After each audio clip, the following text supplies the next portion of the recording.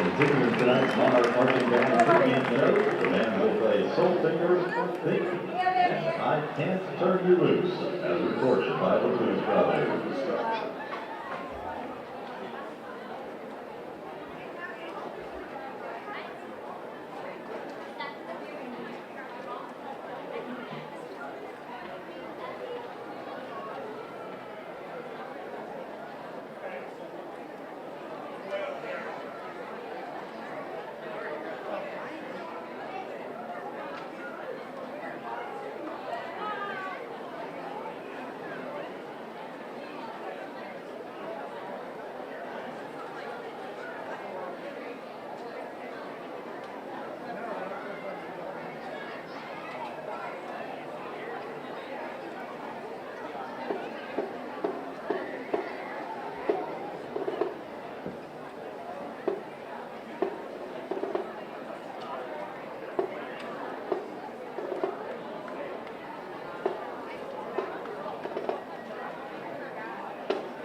Ladies and gentlemen, welcome to Foundation Field and tonight's homecoming matchup, the Westside Warriors and your Papillion Vista Monarchs.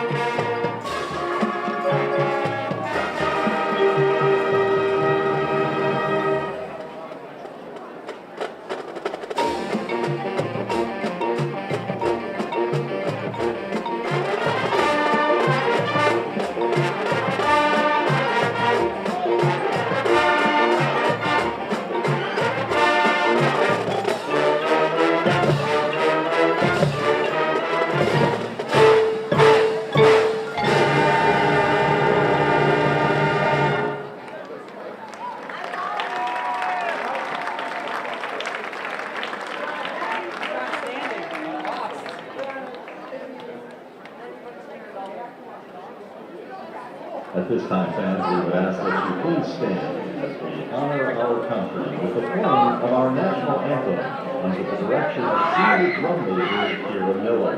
The colors will be presented by the Papillion Vista Community Schools labeled JROTC color guard. The members tonight, Wyatt McNeil, Hayden Newburn, Elijah Seavey, commanded by Titus Nielsen.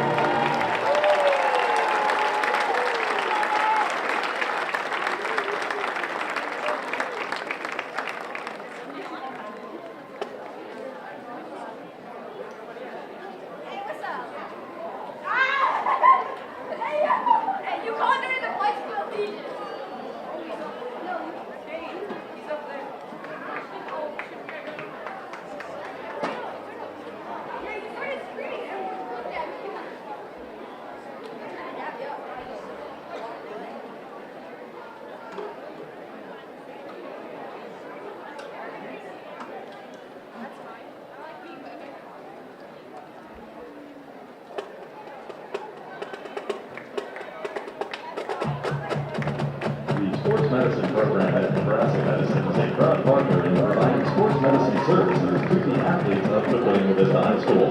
Nebraska Medicine is providing a free Saturday morning injury clinic for student athletes across the metro.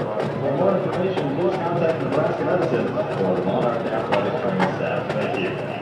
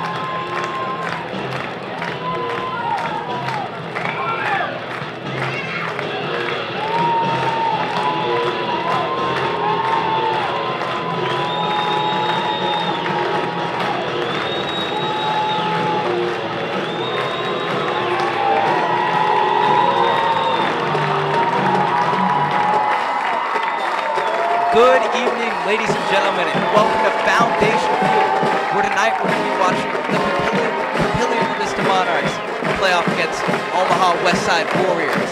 This is Papillion Vista's homecoming game. Alongside Andrew Papalka, my name is Logan Servant, and we will be your commentators for tonight.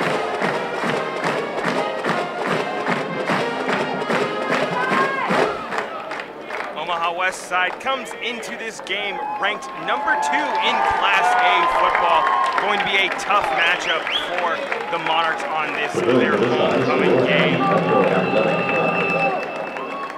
Currently, the weather in Papillion, 84 degrees, feels like 90 outside. Winds out of the east-southeast at 2 miles an hour. Wind is not really going to play a factor tonight. Heat, however, will. It's supposed to be a very warm weekend in Nebraska. Monarchs will be in the all-maroon uniforms. Omaha Westside in the white tops, the black pants, the black helmets. Omaha Westside, as you can see, center of the field. Ran out with a bunch of American flags. Thank you, and enjoy tonight's game. So Logan, what do you think the keys are going to be tonight for Papillion Vista? With Tyson Money and Jace Wheeler finally entering the field, and Tommy Livermore, the offensive side is going to be much more better for the Monarchs. Tyson Money being one of the fastest high schoolers in the nation. One quick boy with the ball. I talked with head coach Brent Froden of Omaha Westside. Their strategy for the game, they want to play fundamentally sound. They want to make sure that their alignments are correct, the assignments are correct, and they want to play fast and physical. He said that they struggled with that in the last couple of weeks. Didn't really show. They won 23-8 week 1, and they won last week as well. Like I said, they're ranked number 2 in Class A football. Some adjustments there. They had some injuries that have happened that they need some players to step up, and as long as they can do that, they believe they can win.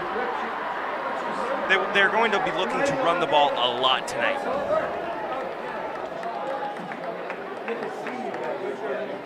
Monarchs will be receiving the kick to start the game. Omaha Westside will be kicking off.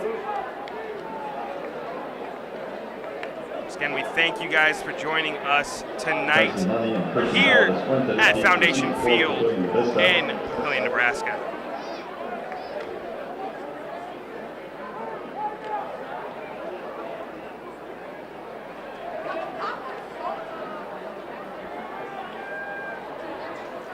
Deep to receive for the Monarchs is number 1, Tyson Money, and number 3, Christian Valdez Fuentes.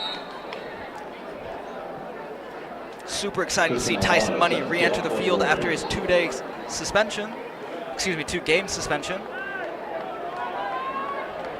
But let's see what he has in store for this game.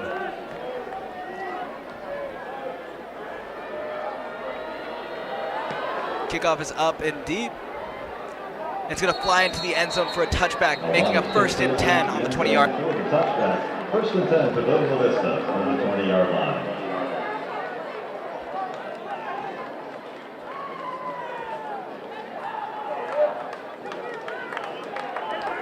Starting defensive ends for Omaha Westside, number 22, Cole Haberman, and number 68, Sean Williams. The nose tackle, Ryan Zatekcha, will be in there for Omaha Westside as well. Nick Chenez accompanied by Caleb Walker right behind him. Tyson Money, of course, on the screen. Nick Chenez fakes hand off to Caleb Walker and throws the ball deep. Straight into Tyson Money's hands on the 45-yard line. Running down, Powell 20, Powell 15. And he streaks on the defender and runs it into the end zone for a Monarch touchdown. First play back this season. What an amazing play right off of kickoff. What an exciting way to start the game off.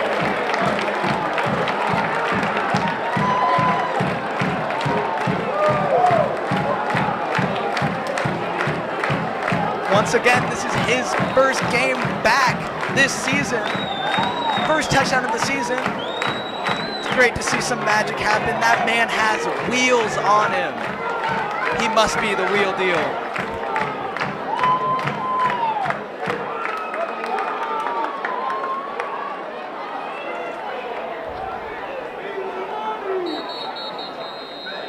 Timeout, Papillion with Vista.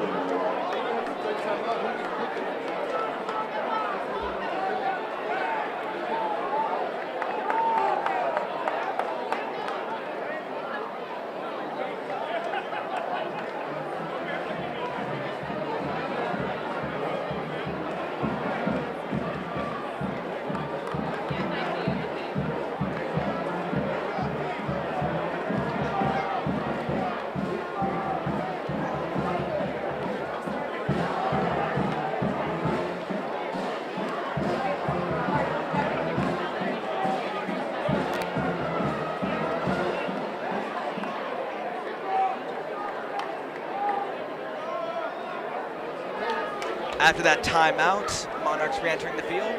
Looks like they're going for the PAT. Caleb Walker attempting the extra point.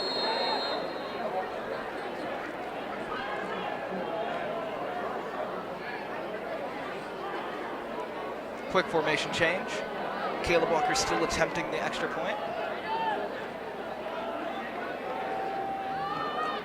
Walker's PAT's up and good, making your score. Monarchs 7, Warriors 0. I just want to point out that only 13 seconds of this game have passed, and your score is already 7-0. What an exciting way to start the game off.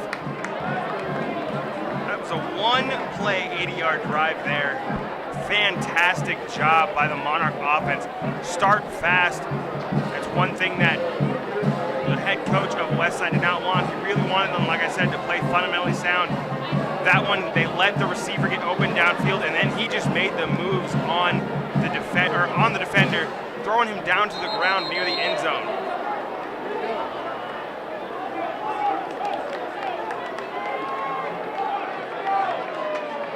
Dominic Rizak, deep to receive for Omaha Westside. Dominic Rizak, deep to receive for Omaha Westside. Caleb Walker set to kick off for the Monarchs.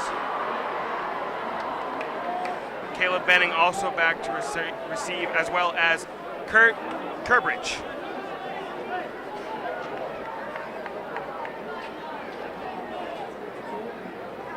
That first play has anything to tell us of what is to come in this game.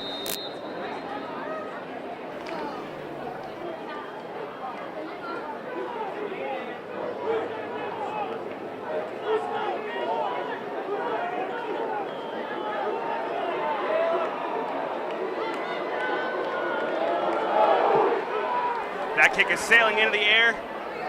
Will be received at the 1-yard line. The referee will blow the whistle and call the play dead. Kick will sail over the end zone line. Touchback on the kickoff. First 10 Omaha Westside on the 20-yard line. Omaha Westside going to be led by quarterback Colby Brown. He'll be in the backfield with Dominic Rizak as well as fullback Andrew Nielsen. At tight end Cade Reeser.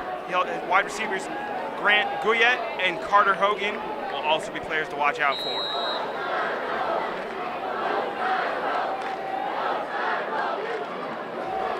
First and 10, ball on the 20-yard line, 11:47 to go in this first quarter. Westside in an early hole.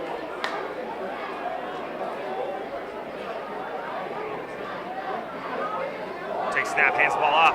That's Rizak. Rizak gets back to the line of scrimmage, brought down after a gain of just 2.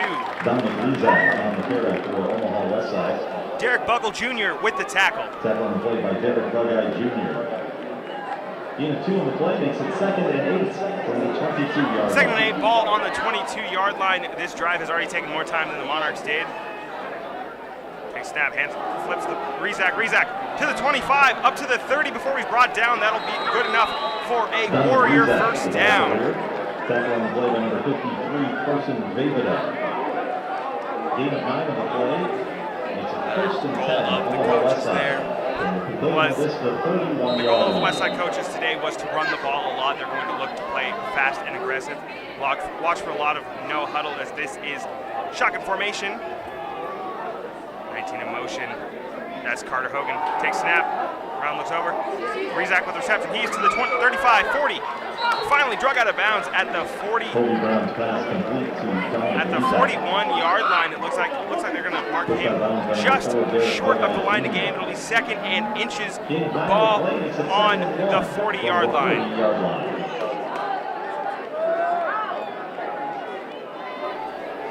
Colby Brown once again in shotgun. Dominic Rizak to his left. Brown takes snap, one-handed grab, fires out to the outside, caught, and then finally dragged down is Carter Hogan with the reception. Carter Hogan, dragged down by Lane McMillan. Lane McMillan on the tackle, but that sets up a first down for Omaha Westside. 1st and 10, ball on their own 49-yard line. 1 minute has already elapsed in this drive. Colby Brown, shotgun formation, takes snap, pulling out, looking down the field. The lefty slings it. He's got a man just overthrown. The pass was intended for number 3, Grant Guyette. Just overthrown. 2nd and 10, ball on the 49-yard line. 49-yard line.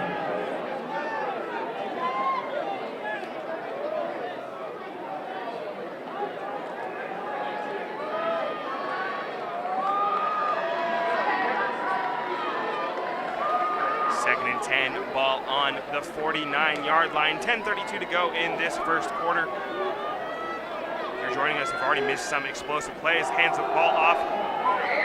Dominic Rizak to the outside, gets met in the backfield and brought down. That was Keenan Cotton in the backfield with the tackle. Keenan Cotton is related to the Kenzo and KJ Cotton. The Monarchs went on and were very successful in college. 3rd and 14, ball on the 46-yard line. Colby Brown, setting Dominic Rizak in motion. Takes a snap, and the whistle has blown the play dead. Let's see what this call is.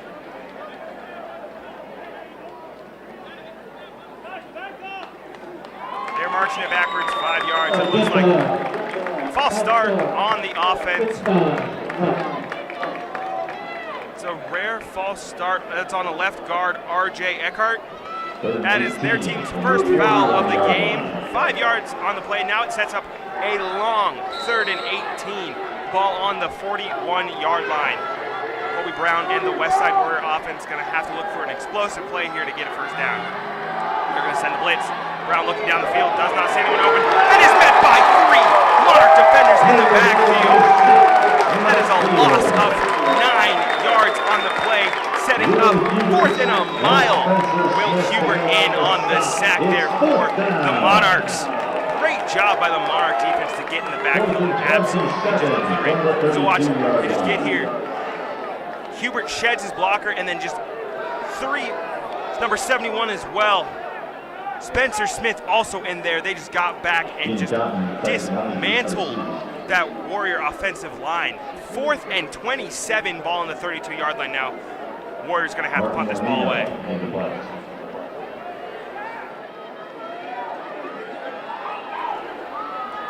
We all know both Keenan and Tyson are both very fast players.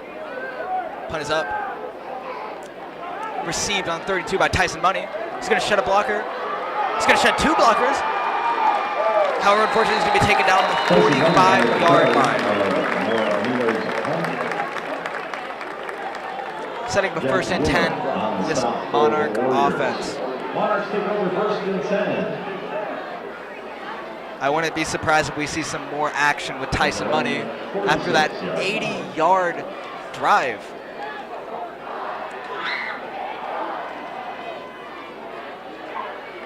Once again, only playing 1 drive and getting 80 yards is amazing. This is his first game of the season. Nick Shinez accompanied by Caleb Walker once again. However, this time it's going to be handed off to Caleb Walker this time. However, it's going to be taken down by number 22, Cole Haberman. Cole Haberman on the south for the Warriors. Gain of 1 on the play, setting up a 2nd and 9 on the 47. The 47-yard line.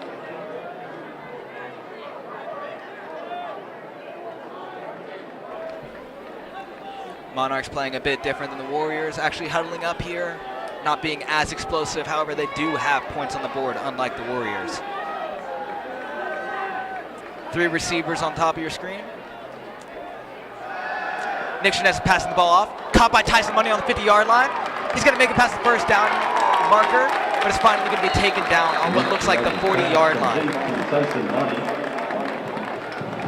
Robert Ryan on the stop for the Warriors. That reception by Tyson Money is going to be good for a Monarch first down. First and 10 Papillion Vista from the Warrior 39-yard line. First and 10 on the 39. Money already making his presence felt today. Monarchs must have missed him in the last 2 weeks. Once again, Caleb Walker behind Shinez. Ball's going to be snapped off to Caleb Walker. However, he's going to be tackled almost immediately by number 59,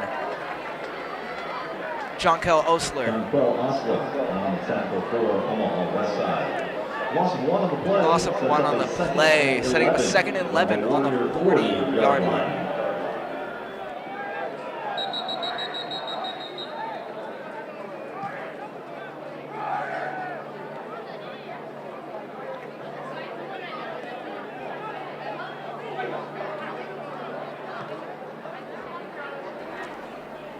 Tyson Money exiting the field, and number 7, Keaton Cotton entering the field, taking his place. Surprising to see Tyson leave the field after his explosive plays.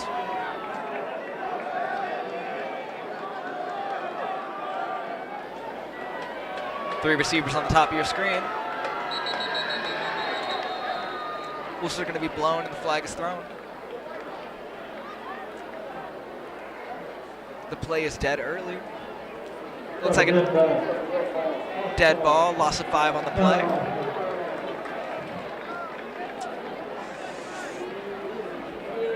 It's really nice being able to hear the refs this week. Last week, we were having some technical difficulties, and this week we're actually able to hear them audibly, which is nice, instead of having to get hand signals from the refs the entire game. That's for sure. 3 receivers on the bottom of your screen this time. Tyson Money back on the field. Shinez looking for a pass. Passes up. Caught by Luke Lindenmeyer. He's going to make it back to the original line of scrimmage and more. Pass the first down onto the 20, onto the 10. It's finally going to be brought down at the 5-yard line. Tackled by number 12, Jackson McIntyre on the tackle there. What a massive play from Luke Lindenmeyer this time. Monarchs are doing a great job of bringing this ball towards the end zone. Here you can see it again. Pass caught by Luke Lindenmeyer, and he just keeps running. No defenders in his way right until the end. At the 10-yard line, he's met and finally brought down on the 5. Lindenmeyer, 6'5", 250 pounds. He is a large man. That large man can move really fast still. Ball is handed off to Caleb Walker, who's going to be taken down immediately. 34, Kirk Kubrick on the stop there. Stop on the play by number 34, Kirk Kubrick. 2nd and 4. No gain. Should be 2nd and goal on the 4-yard line.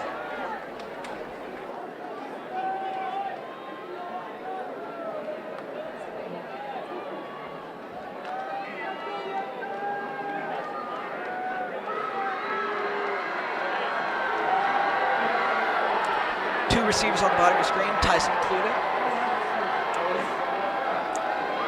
Ball's going to be handed off to Caleb Walker. Once again, he's going to make it into the end zone for another Monarch touchdown, making your score Monarchs 13, Warriors 0. What a surprise.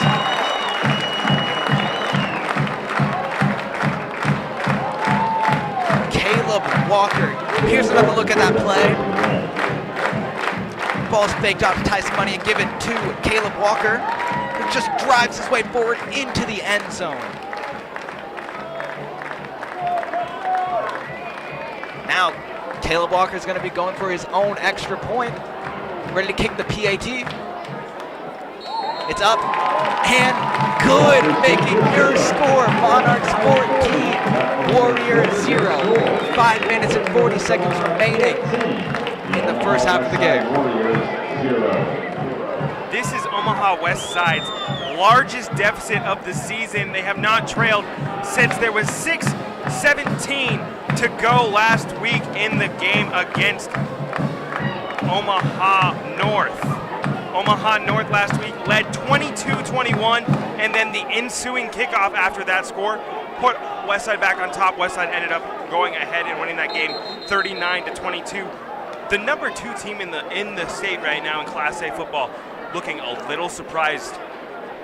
We're not expecting this pass game. I think it's that addition of money out there on the field. He's fast. He attracts a lot of defenders. Dominic Rizak back to return for the Westside Warriors. Walker to kick it away for the Monarchs. Once again, I'm Andrew Pelka alongside Logan Servant. We are here tonight on homecoming night at Foundation Field.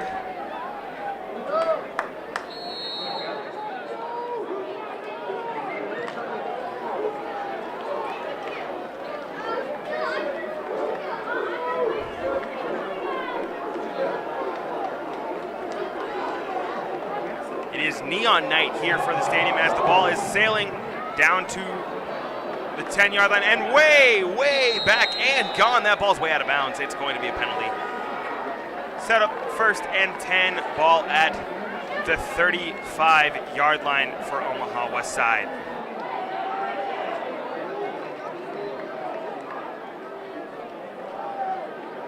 After the penalty, the Warriors take over 1st and 10, the 35-yard line.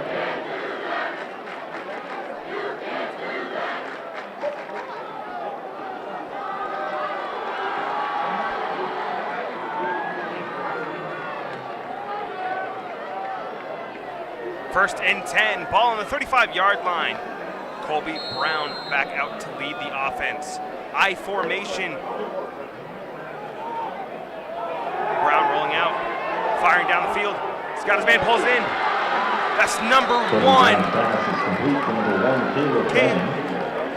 Caleb Benning in on the reception. Gain of 13 yards, sets up a 1st and 10, ball on the 47-yard line. First down, it's 1st and 10 Westside from the 43-yard line. And under center is Brown. Takes a snap, flips it to Rizak. Rizak to the outside, he's to the 50, down to the 45, the 40, 35, cuts back inside, 30, 25, 20, 15, 10, 5, touchdown, Omaha Westside. No flag on the play. That was good for a 52-yard touchdown run for Omaha Westside. Don't look now, they got life. It was a real quick turnaround there for Omaha Westside. Came out 2 plays. That's all it took to get down the field. Like I said, head coach of Omaha Westside said their plan for this week was to run the ball. Gabe Acosta in to attempt the extra point. Excuse me. Tristan Alvano in to attempt the extra point. Last second, the players running on the field get set. There's 7 seconds to get this snap off and kick on the way. PAT is on the way. And it is good. 5:12 to go in the first quarter. 52-yard touchdown run there for Dominic Rizak. Score. Papillion, the Vista 14. Omaha Westside on the board with 7. It's been entertaining so far. I'd just like to point out this is still the first quarter of this game. I think the scores are just going to skyrocket this game. If you're a betting person, you probably are hoping that you took the over on this game, even though you can't really bet on high school sports in the state of Nebraska currently. But I think that's not allowed. Still, though, it's very quick. It could turn into a defensive battle. Who knows? But right now, I don't think it's gonna.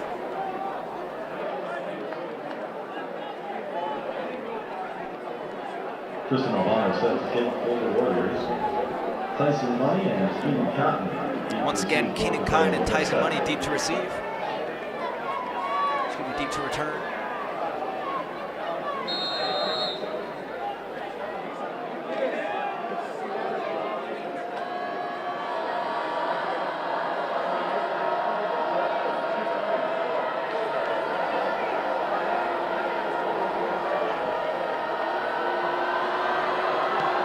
Kick is up. And it's just going to fly back into the end zone once again, setting up a 1st and 10 on the 20 for this Monarch offense. 1st and 10 for Papillion to Vista from the 20-yard line.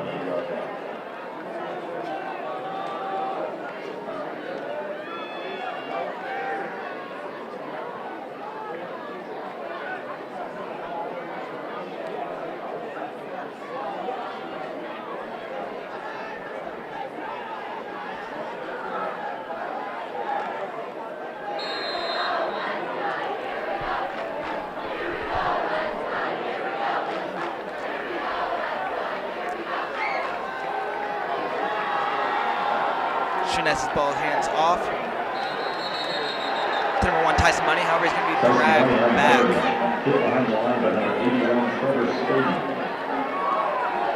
Hit behind the line by Trevor Spady. 7-yard loss on the play. Loss of 7 on the play, setting up a 2nd and 17 on the 13-yard line. That is definitely not ideal for this Monarch offense, especially now that the Warriors have points on the board.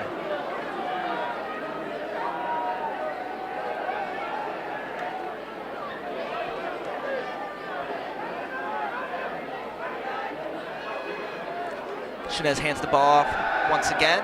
Excuse me, it was a pass, fake play. Tricked me too. Tyson Money back to the original line of scrimmage. Oh, excuse me, ball's incomplete. Man, I'm just messing up this drive. 3rd and 17. Sitting up a 3rd and 17 on the 13. Once again, not ideal for this Monarch offense. They were all go, go, go, but this is definitely slowing them down. I think that last play was just a case of running without the ball. He thought he had it and just turned upfield. Slipped right out of his hands. Now it's 3rd and a mile.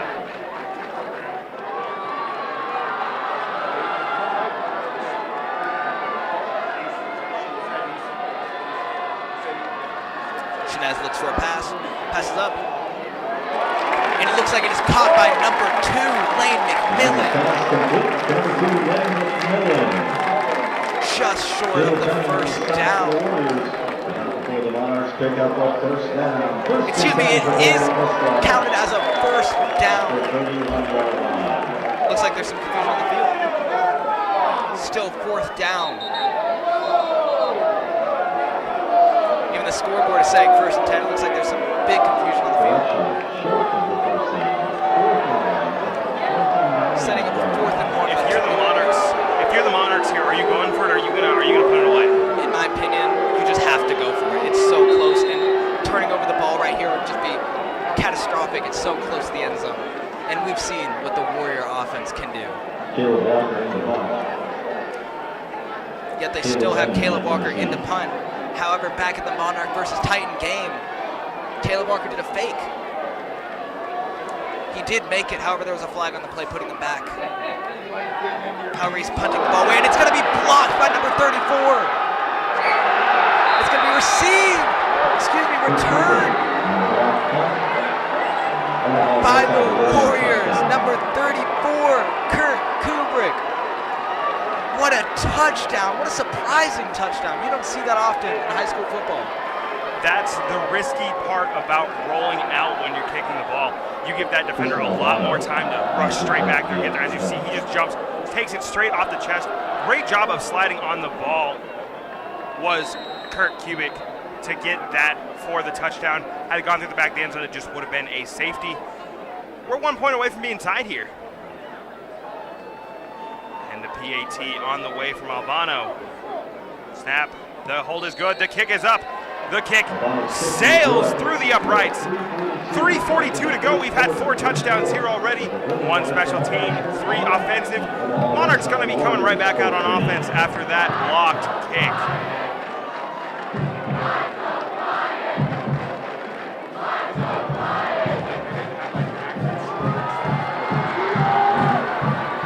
Takes me back to the situation. I might have gone for it. Once again, hindsight is 20/20.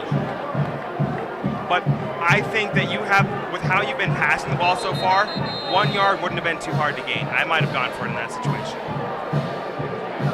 And And they could have definitely just run the ball and just pushed Caleb Walker or pushed Tyson Money through the defenders just for that single yard.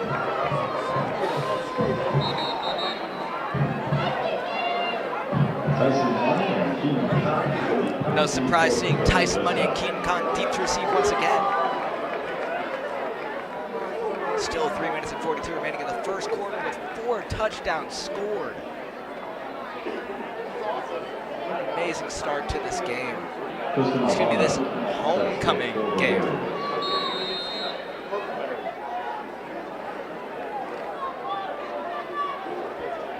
Tristan Albano to kick for the Warriors.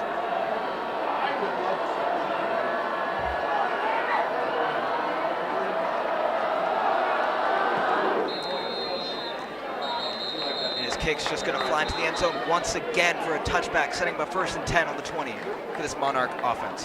They're going to have to re-kick. Flag on the play. Illegal formation, encroachment on the kicking team. They're sending that one back 5 yards. Not really going to matter. That ball landed about 10 yards into the end zone. But still, yeah. It'll probably be a touchback once again. Thanks for the correction, Andrew.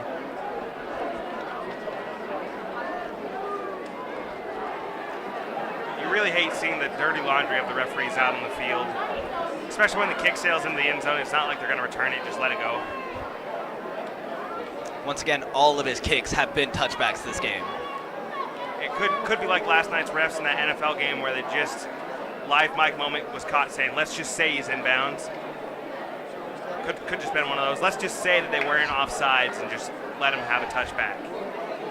Regardless, now he's going to have to kick the ball 65 yards through the air instead of only 60. But I'm going to say let's watch for a touchback. Once again, it did fly 10 yards into the end zone. No big difference in only flying 5. Once again, ball flies right into the end zone. Setting up a touchback, 1st and 10 on the 20-yard line for the Monarch offense. So apparently Logan's just able to tell the future now as he was called that touchback. Just a little early. It is a secret power of mine. Just don't ask me how this game ends. That one sailed to the out-of-bounds line of the soccer, which is about a yard, 2 or 3 yards shallower in the end zone. Still basically went to the back. Monarchs back out on offense, looking to do a little better than they did in the last drive where they were forced on 4th and 1 to punt, which got blocked. And it resulted in a tie game. Nick Chenez accompanied by Caleb Walker, who he's going to hand the ball off to. He's going to drive his way forward. Caleb Walker. He's going to be taken down by number 8, Robert Ryan. Adrian Jones on the stop for the Warriors. Gain of 4 on the play, setting up 2nd and 6 on the 24-yard line. 24-yard line. One thing that this offensive drive is going to show is just the short-term memory of punter Caleb Walker, who got that last punt kicked, or that last kick blocked, excuse me. It's really going to be the short term of can he forget about that and just keep making good plays on offense. He did end up scoring a touchdown and his own PAT. Ball's handed off to Caleb Walker once again. Looks like it might have been returned. The ball was fumbled and recovered by the Warriors. Man, this ball is just going back and forth from Monarchs to Warriors. The short-term memory might not have been short enough there for Walker. Makes another mistake, this time fumbling the ball away to the Monarchs, or fumbling the ball away to the Warriors. It'll now be 1st and 10 with a very short field to go. Already in field goal range are the Warriors, but they're going to be looking to add 7 points and get their first lead of this first quarter. We remind you, it is still the first quarter, 2:56 to go. 14-14. High scoring. Takes a snap, and there's a flag on the play. False start on the offense. It'll be a 5-yard penalty. Still going to be in field goal range, but now it's going to be 1st and 15.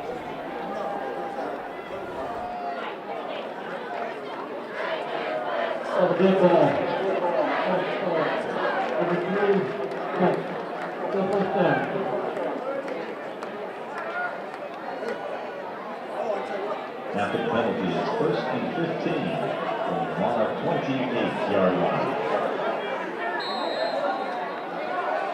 First and 15, I formation. Hands ball off to Rezak. Rezak met in the backfield. Brought down for a loss of 1 on the play. Second and 15 now. Ball on the 28-yard line. Loss on the play. It's second and 16 from the 29-yard line. Well, we talked about this. We talked about Montana. How we like put down 70. I was like, I saw it. Second and 15 now. Ball on the 29-yard line. Man in motion. And a flag. False start on the offense. That might knock him out of field goal range back to the 34-yard line. Go the Westside Warriors offense.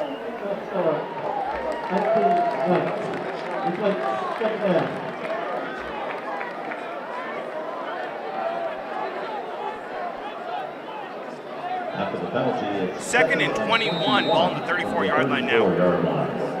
Not exactly the start the Warriors offense wanted after getting a 24-yard field to go.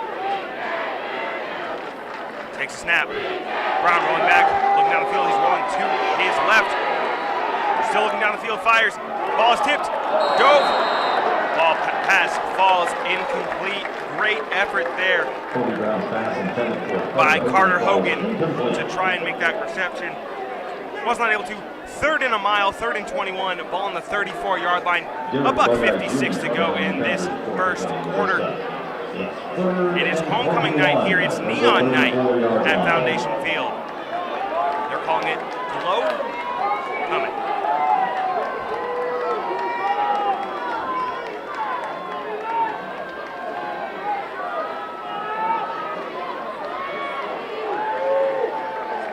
Takes a snap.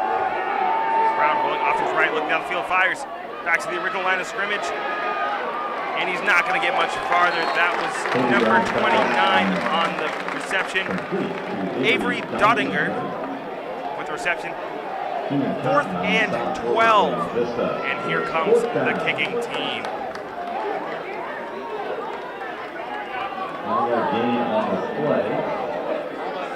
See all the Monarch fans in their bright outfits. Some of them with body paint that I'm afraid doesn't look like body paint. Looks more like actual paint. With having homecoming dance tomorrow, it's going to be a lot they're going to have to wash off before that dance. The kick on the way. It's up. And it is no good.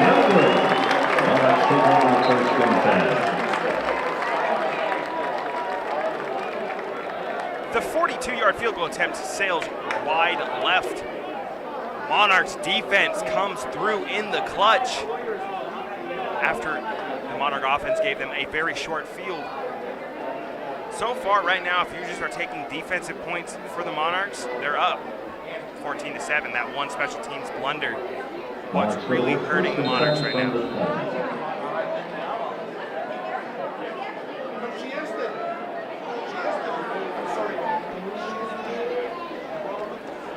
Pretty much back to the 1st and 10 on the 20-yard line, just like that touchback. Like I said, I can predict the future. Nick Shanez hands the ball off. Excuse me, it was a fake. Passes the ball caught by number 2, Lane McMillan, which is good for a Monarch first down. Setting up 1st and 10 on the 33. First down. 1st and 10 for Vista from the 33-yard line.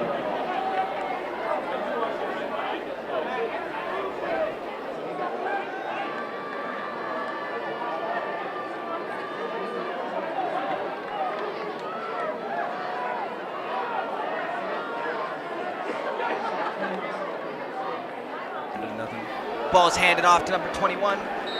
Pan Presido. That was going to be taken down immediately. A loss of 1 on the play. Sitting with 2nd and 11 on the 32-yard line. Loss of 1 on the play. It's 2nd and 11 from the 32-yard line.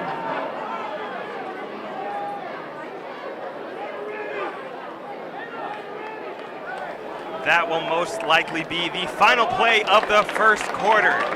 The number 2 Omaha Westside Warriors 14, Papillion Vista 14. Tight battle here at Foundation Field on homecoming eve. It's an entertaining game. Logan, you going to the dance? Most definitely. What's the theme for the dance this year? It's actually the Roaring 20s. Hopefully seeing some flappers, some top hats. I think it'll be an interesting theme. You know, the one thing that I think everyone thinks about when they hear like the Roaring 20s, The Great Gatsby, a great book, a great movie. Definitely one of my favorite books I've read in school. I'm really hoping I see some pink suits at the homecoming dance tomorrow night, which is actually going to be here at this field, outside. The dance is outside? COVID definitely changing every aspect of our lives. Well, I'm going to wish everyone who's going to that dance good luck tomorrow. It's supposed to be 99 degrees. We are now celebrating. We are celebrating all first responders because as of tomorrow is also the 20-year anniversary of the 9/11 terrorist attacks in New York City.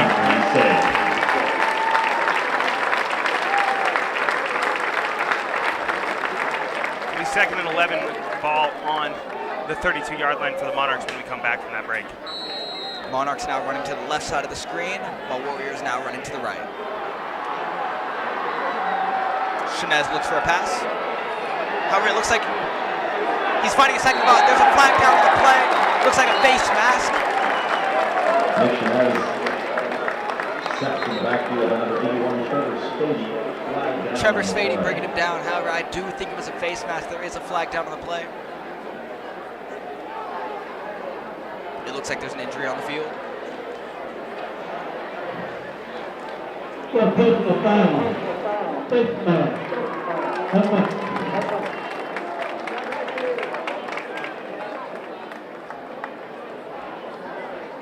So we have an injury on the field.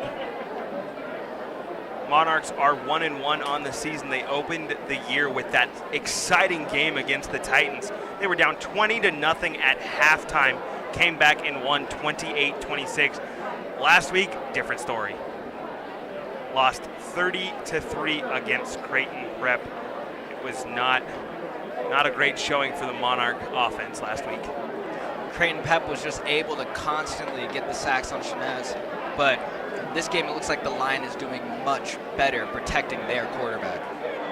Going back to the homecoming dance being outside, that's going to be rough. It's supposed to, tomorrow at the Nebraska game, the record high for a kickoff ever in Nebraska football history is 93 degrees. Nebraska's, that down in Lincoln, will be pushing 100 at time of kickoff. It will be the warmest game in Nebraska football history. So the important thing, stay hydrated, make sure you're drinking water, Gatorade as well to replace what you're losing, as number 81 is now up and moving. That is Trevor Spady. Spady was also the person who committed that foul. Not a great situation to commit a personal foul and then get hurt on the play. That sets it up. I'm confused as to why it's not a first down, because a face mask is usually a 15-yard penalty and an automatic first. Maybe because they had longer than 15 yards to gain. I don't really know. But nonetheless, it'll be 2nd and 3 ball on the 40-yard line now.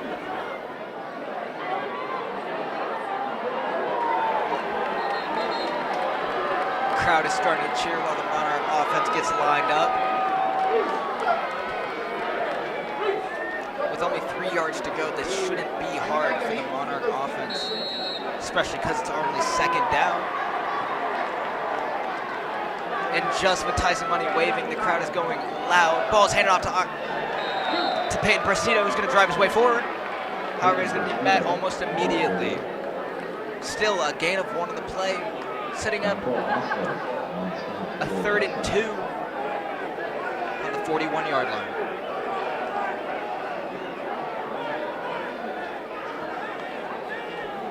With just Tyson's wave of his hand, the whole Monarch student section stood up.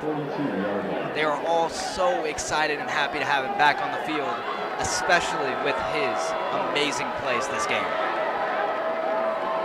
Shinez accompanied by Prestido once again. 2 receivers from the top of your screen, 1 on the bottom. Shinez fakes the handoff, looks for a pass, quickly passes the ball to Luke Lindenmeyer, who's going to get dragged out on the 50-yard line, which is going to be good for a Monarch first down. Setting up 1st and 10 on the 50, exactly the middle of the field. 11 minutes remaining in the half. Both teams definitely have ample opportunities to get more points on the board.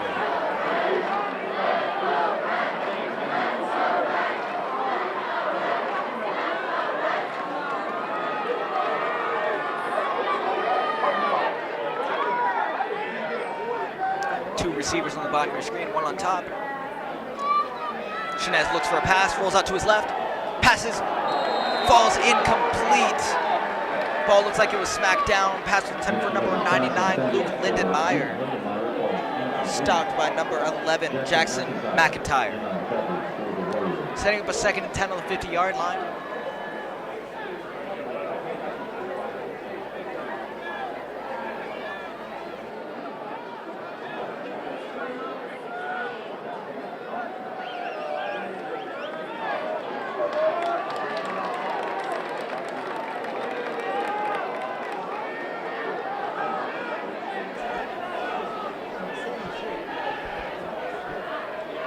Shinez steps back for a pass. He's deep.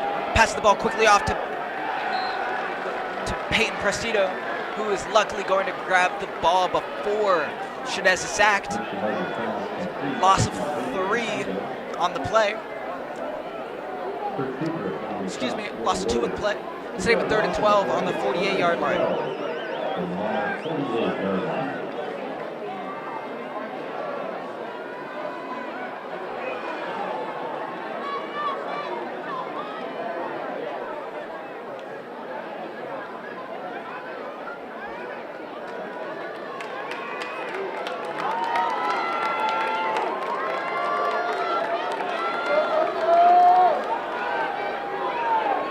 Like some confusion on the offense side of the ball, excuse me. 2 receivers on the bottom of your screen, 1 on top. Shinez steps back for a pass. Passes up. It is caught by Lane McMillan. Pass the 1st down, tackled by number 11, Jackson McIntyre. Once again, I do not think Lane has dropped a ball this game. And I think that's his 3rd first down of the game, too. Setting up a 1st and 10 on the 33. Exactly what this Monarch offense needed.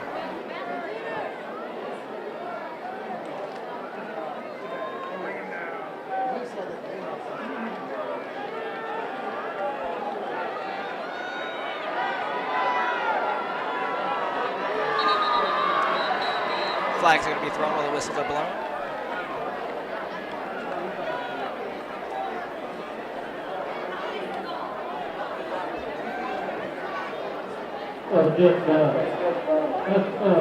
False start on the offense, loss of 5 on the play, setting up 1st and 15 on the 38-yard line. 9 minutes and 50 seconds remaining in the first half of this game. Monarchs with 2 timeouts, while the Warriors have 3.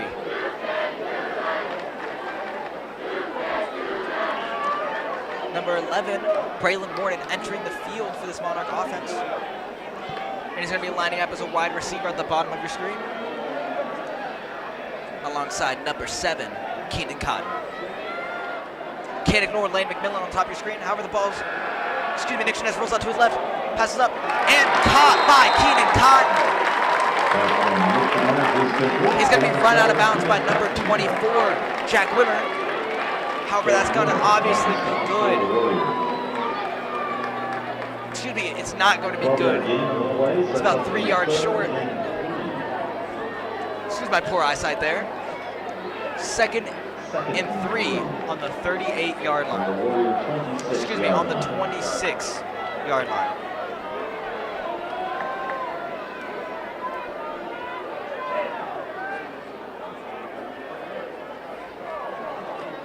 Shinez passes to Lane McMillan once again.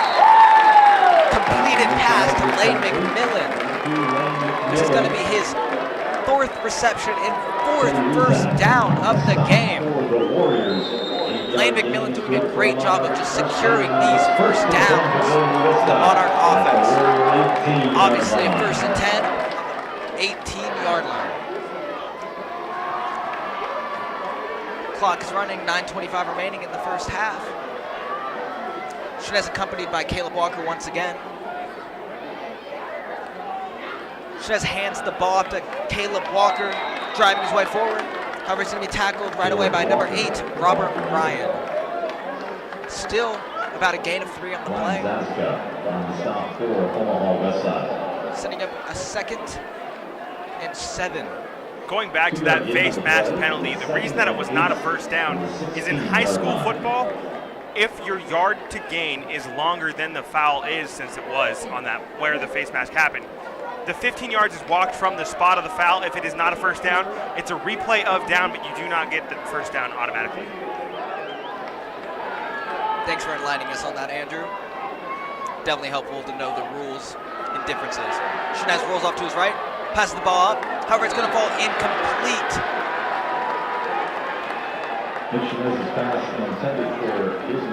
Pass was intended for Butterworth. Unfortunately, falling incomplete, setting up a 3rd and 8 on the 16-yard line. It's 3rd and 8 from the 16.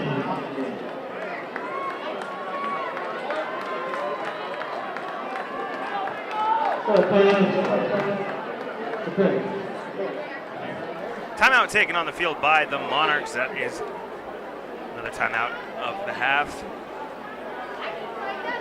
There are only 2 penalties that actually do result in a first down in high school football, and that is roughing the passer and roughing the kicker/holder.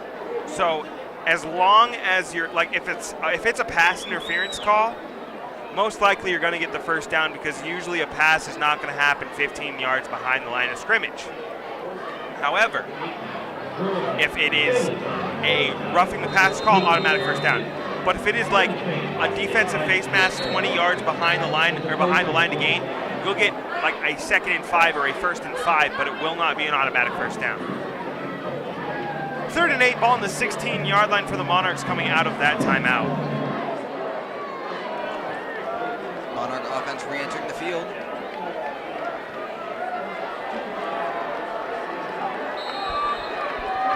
Nick Shinez accompanied by Prestito this time instead of Walker. 2 receivers on the top of your screen. Tyson Money in motion. Ball's going to be passed to Tyson Money, who's still coming up. He slips the defender, makes it into the end zone for yet another Monarch touchdown, making your score Monarchs 20, Warriors 14. 8 minutes and 20 seconds remaining in the first half of this ball game.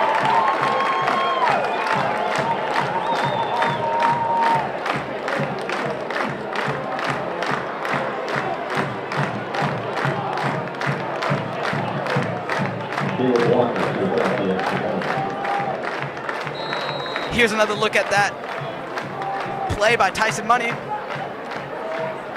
I love the way he looked back at that defender. Disrespect right there, looking back on that defender. Caleb Walker's PAT's up and good, making your score for tonight. Monarchs 21, Warriors 14. That's definitely going to Tyson Money highlight reel. It was just disrespectful. He threw the guy to the ground, and it's like, he looks back and kind of gave him a little bit of a finger waggle, like, not in my house, not on homecoming night. Tyson Money making his return from his 2 games of not being allowed to play by the coaches. He's back and making his presence known all over the field. 8:20 to go. Omaha Westside down. You'll want to start heading down to the track in front of the The festivities of homecoming will always be one of my more favorite parts of high school. I remember my homecoming night, my senior year, it was about 45 degrees out, and we celebrated. I remember I was wearing we were doing a pink out game that day, and I had a bright pink hat on when I walked across the field. It was a lot of fun. back in the homecoming days. I do miss that about high school, but it's a lot of fun to see all the kids out there having fun. Omaha Westside not having as much fun right now, being down 7 points. But they're one big run play again away from being tied. Caleb Walker sets the kick. Caleb Walker in to kick the ball off for the Monarchs. The kick is on its way. It's down the field and caught in the end zone for the touchback. Caleb Benning on the reception in the end zone for the touchback. It'll be 1st and 10, ball on the 20-yard line for Colby Brown and this West Side Warrior offense. So far, they've gone one drive down the field, and that's about all they got to show for it. The other touchdown coming on a blocked punt. If Westside does come and back and win this game, I think that block punt's going to be a key play to remember. Once again, under center is Colby Brown. Dominic Rizak in the backfield. Takes a snap, hands the ball off. Rizak to the 22-yard line, brought down by number 54. Hunter Forrell in on the tackle. 2nd and 9, ball on the 21-yard line after the 1-yard gain by Rizak.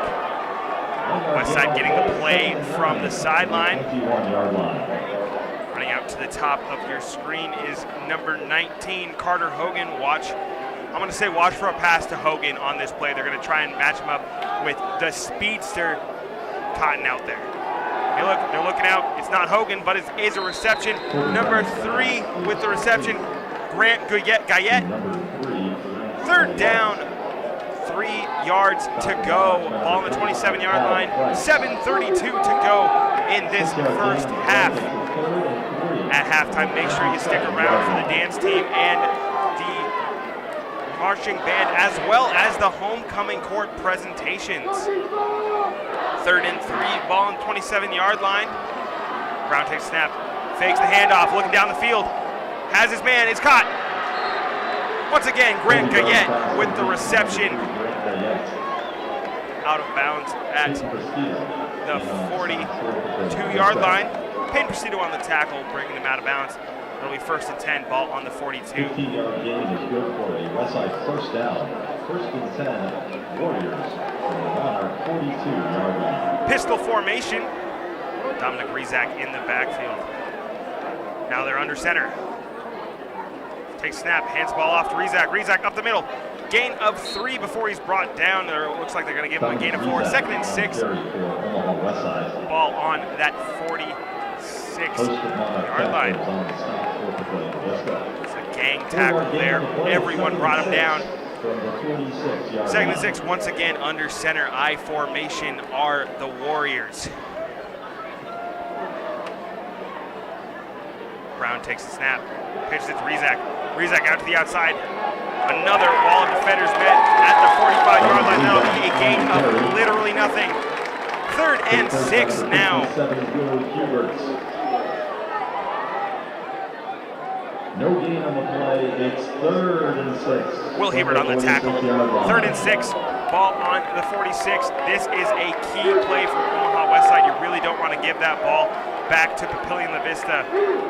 Papillion Vista did receive the kickoff to start this game and then proceeded with an 80-yard touchdown pass immediately followed. 3rd and 6. Shotgun formation. Brown takes a snap.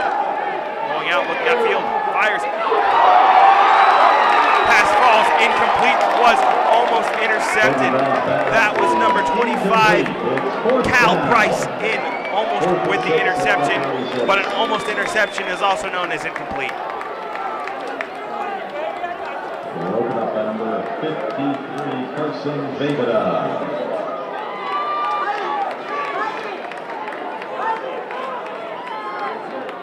Sometimes quarterbacks get away with it, other times they have a price to pay with that one. Price not able to make the play. Now they're going to have to punt the ball away.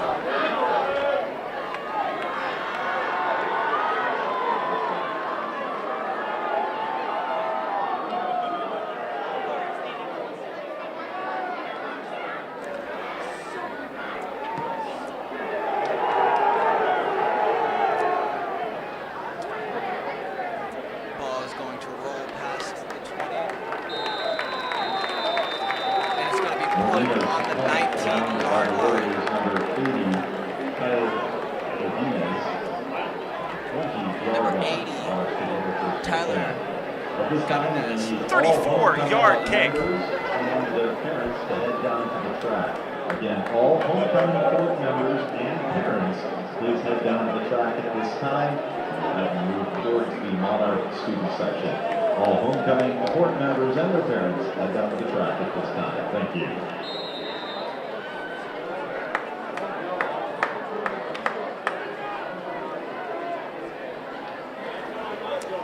Nick Shinez accompanied by Caleb Walker. However, the ball's going to be passed to Lane McMillan. No surprise there.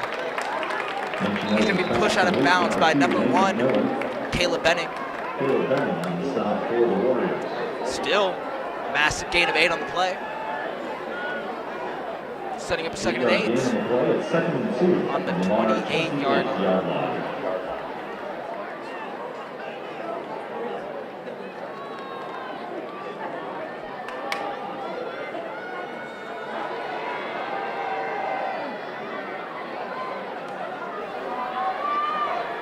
Two receivers on the bottom of your screen, one on top. Shed's going to hand the ball to Caleb Walker, fake the pass, and it's going to make it through the first down mark. RJ Gunderson. Number 10, RJ Gunderson on the tackle there. Still a first and 10 on the 34-yard line.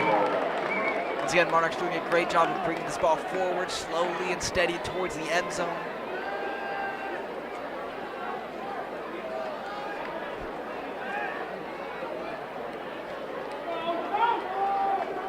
However, we've definitely seen some explosive plays with Tyson Money and even Caleb Walker. Shinez looks for a pass, rolls out to his right, passes the ball quickly to Tyson Money, no surprise there. He's going to slip defenders, but he's finally brought down after passing the first down marker, which is going to be good for another first down for the Monarchs offense. Was just talking about Tyson Money right before he made that catch. Setting up first and 10 on the 46-yard line.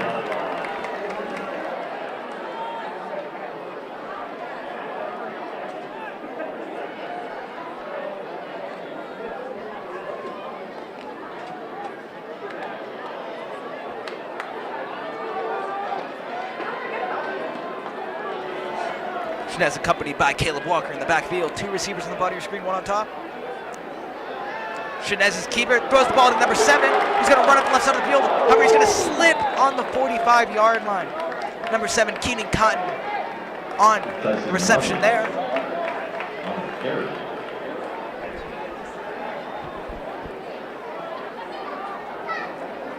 Definitely excited to see Keenan Cotton in speed on the field. It was just a little too fast and slipped right in front of the defender. Number 16, Isaac Pemmeran entering the field for the Monarchs. Keenan Cotton accompanied by Lane McMillan on the bottom of your screen.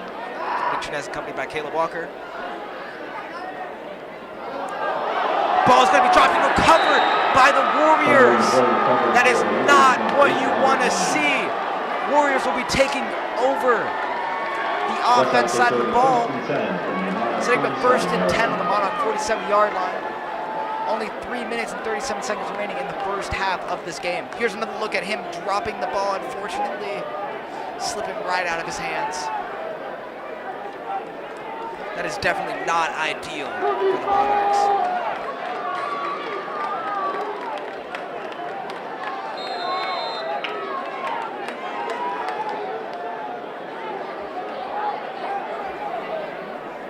First and 10 now for the Warriors.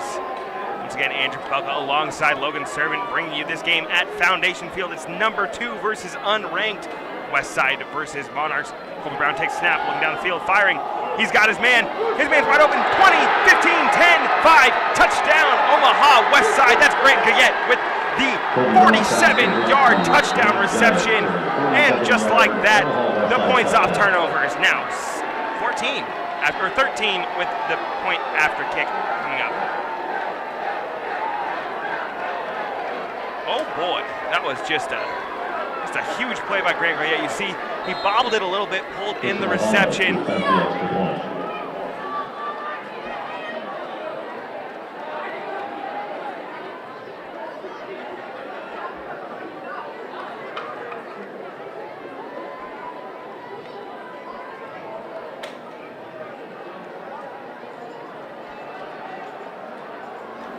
PAT on the way.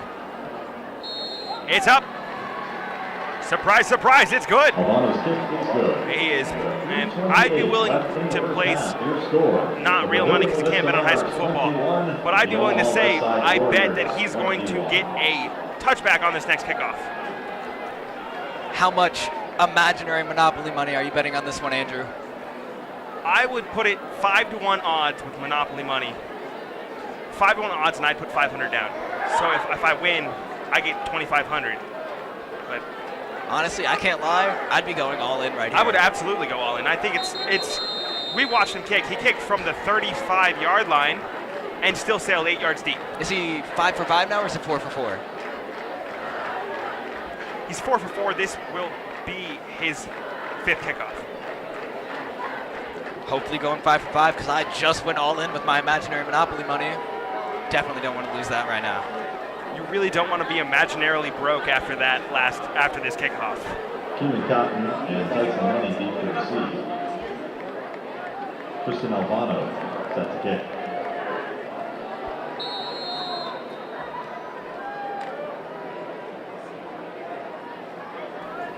Keenan Cotton and Tyson Money deep to receive.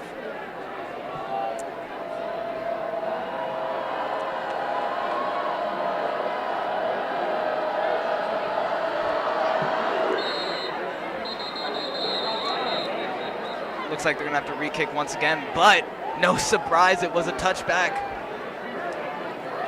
Technically, we just won our bets. So now we're playing with the house money because if you're the Monarchs are playing with Tyson money, we're playing with the house money. I can say for sure one thing, that touchback was not imaginary. It flew straight deep into the end zone. I'm not gonna be surprised when he kicks another touchback right here. Third dead ball. Westside. The kicking team, number 2.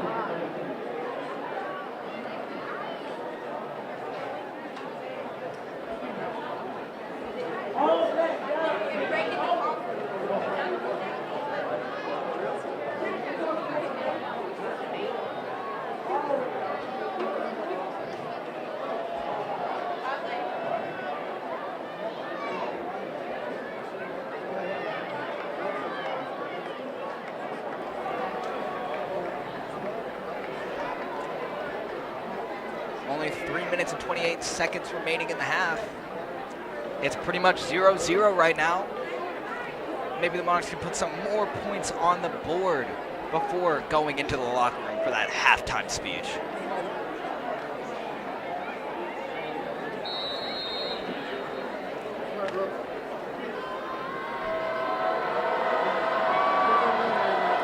It's awesome seeing the unranked team hold their own against this ranked second team. Monarchs do not want to lose on their homecoming night. Oh my gosh, it was not a touchback. Ball is received by number 1 Tyson Money. He's going to run his way up the field past the touchback marker. Setting up a 1st and 10. Back on the play by Kirk Kubrick. Some scrappy play going on there. Refs having to break up a little bit of a skirmish. But nothing's going to come out of that. It'll be 1st and 10 at that 30-yard line. They're actually 10 yards ahead where they normally are. Shockingly, was not a touchback. First one of the game that did not sail into the end zone for Westside's kicker, number 74, 74, Tristan Albano. Shanez accompanied by Presidio in the back. However, he's looking for a pass this time, rolling out to his right. There's a flag thrown on the play, passes up. It slips out of Blaine McMillan's hand, falls incomplete, but there still is a flag down on the play.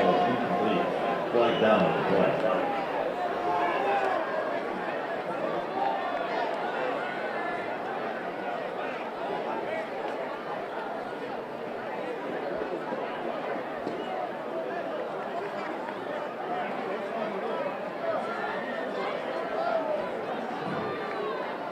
For the hold, red, number 75.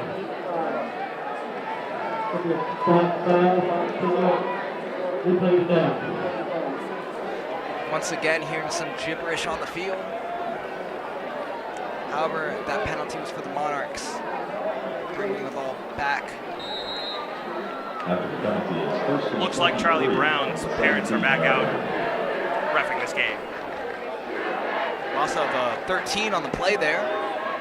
Interesting number. Nick Chanez is going to hand the ball off to Prestido. Peyton Prestido on the carry for He's going to get a gain of Vista. 1, which is not what the Monarchs need right now, being this far away from the first down marker. Stop for the Warriors. Should be more like a gain of 2. Still 2nd and 21. 2-yard From the gain, 19-yard line. Second and 21 from the 19-yard line.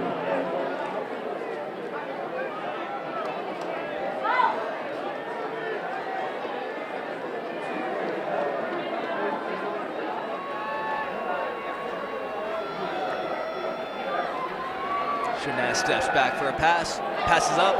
Intended for Tyson Money. Caught! Right past the line of scrimmage. Original line of scrimmage, excuse me. Jack Wimmer on the tackle for the Warriors. Looks like he was brought down on the 36-yard line. Setting up a 3rd and 17-yard 4. gain on the play. Sets up a third On the 36-yard and 4 line. at the 36-yard line.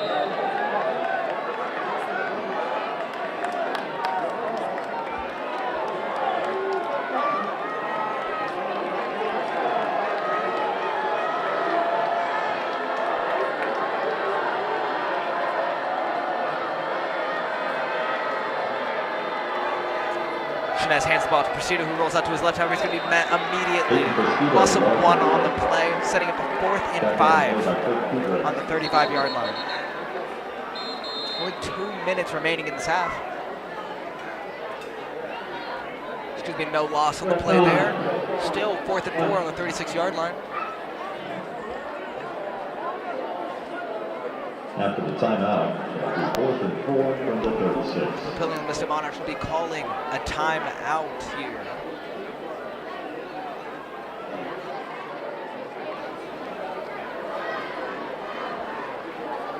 Once again, the score is pretty much 0-0 with 2 minutes remaining in this first half.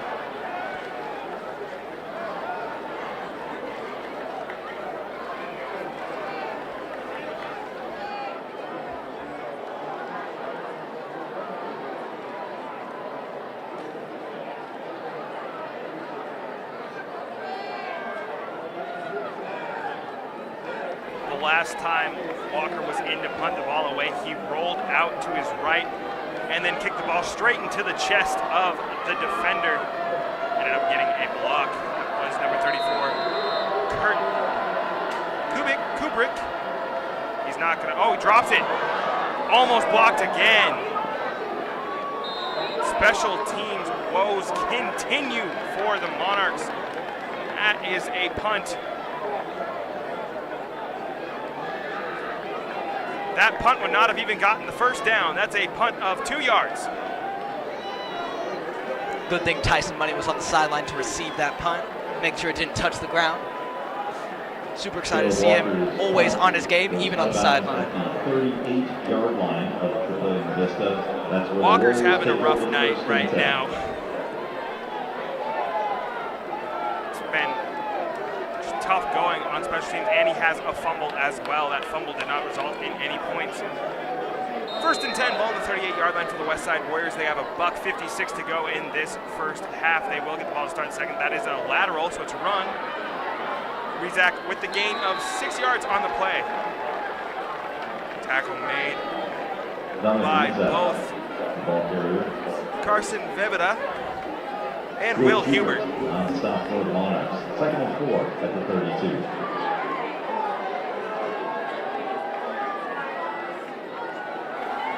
Second and 3, pass is thrown. There's a flag on the play, so this one might be coming back.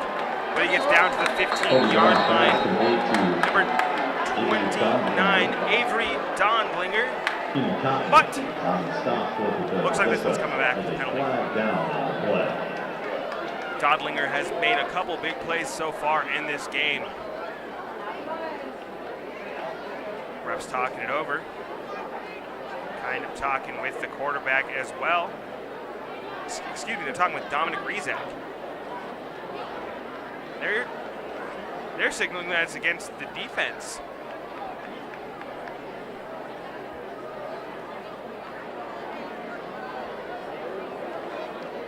It looks like it's going to be against Papillion La Vista. Double face, red, 55. That penalty is declined. It was a grasp of the face mask, which is different than a face masking call, apparently. That was called on the red team, and I'm pretty sure they're in maroon. But I'm not an art major. First and 10, Westside. First and 10, Westside, ball on the 16-yard line now.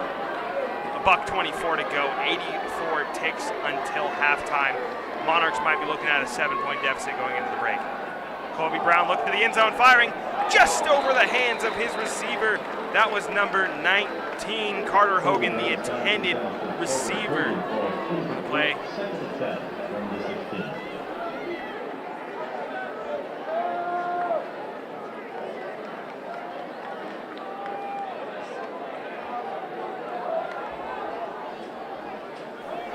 Second and 10, ball on the 16-yard line. That play took an astounding 5 seconds off the clock. Brown takes a snap, and there's a flag. We're gonna have to stop on that one.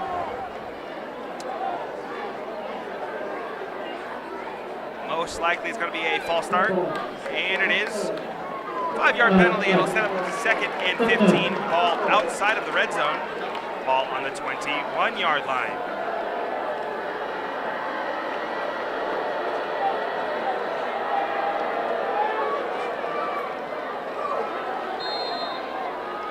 Second and 15 now, ball on the 21-yard line for Brown and the Warrior offense. Brown takes a snap, looks down the field, fakes the throw, then throws a bounce pass in. Caught by number 1, Caleb Benning. Bounce pass is only good in basketball. 21-yard line.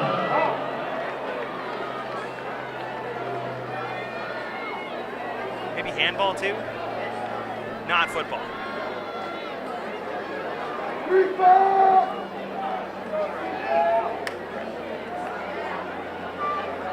Third and 15 now, ball on the 21-yard line. I'm still going to say they're in field goal range.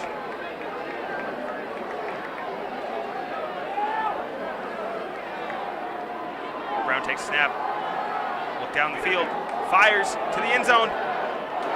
Great defensive play to slap that ball away is Keenan Cotton. Kobe Brown's pass intended for got it, falls incomplete. 4th and 15. It's fourth down. 4th and 15 from Ball the on the 21-yard line, 21-yard and we will see Alvano coming out to attempt the coverage for Papillion this Vista. field goal.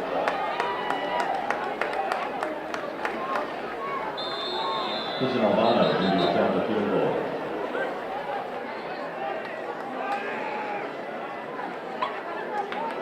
We're a timeout.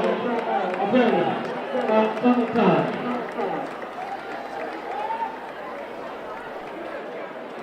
Timeout will be called by Papillion, their last of the half. Only a minute remaining in the half. I would just like to point out, we are an academy, PLB Media. My name is Logan Servant, and I'm currently a senior at Papillion Vista High School, and alongside me is Andrew Popalka, an alumni, currently a senior at the University of Lincoln, and majoring in sports media. He actually gets to commentate some of the sports games over there, too. Make sure to tune in. You want to let them know where they can tune in to listen to your beautiful voice? If you really like listening to me, next week I'll be doing that Nebraska-Oklahoma game. It's going to be a fun one if you like watching what I believe will be a blowout. And not in the good way if you are a Nebraska fan. If you're an Oklahoma fan, well, why are you listening to us? Just kidding, just kidding. I'm totally kidding. But seriously, get out of Nebraska. But not actually. 38-yard field goal.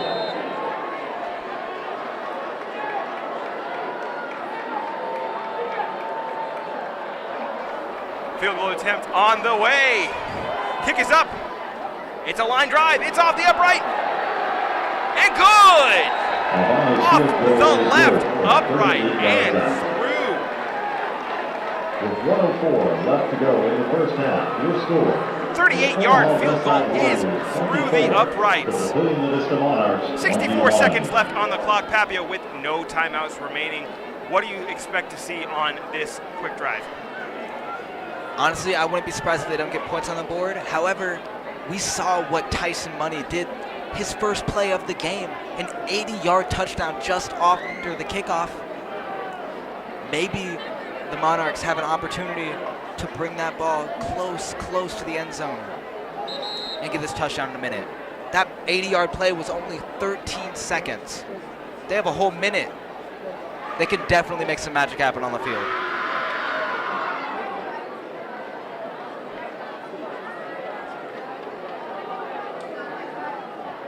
Tristan Albano set to kick. Tyson Money, Keenan Cotton deep to receive.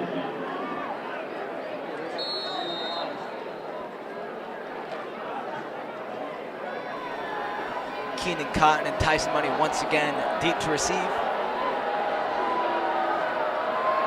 Number 74, Tristan Albano, kicking off the ball.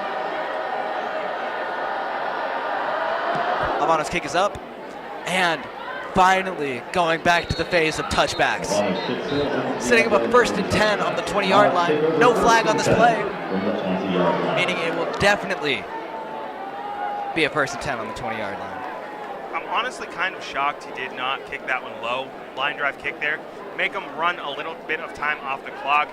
Granted, the clock will not stop if the player comes inbounds and is short of the line to gain. I would have tried to kick that one deep, or not kick it deep, but kick it to about the 15, maybe 10-yard line, have it try and land. But I'm not a high school kicker.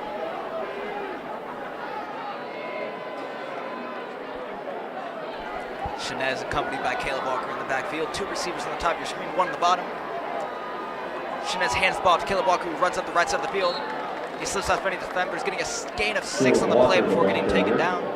Setting up a 2nd and 4 on stops for the Warriors. on the 26-yard line. 6-yard gain, 2nd and 4. Clock is running. I'm surprised the Monarchs are huddling right now. In my opinion, they should just constantly keep running the ball, not waste the time on the clock. 40 seconds remaining. Caleb Walker bringing the ball forward. However, it's going to be taken down by many Warriors. Still a gain of 1 on the play. Setting up a 3rd and 3 on the 27-yard line.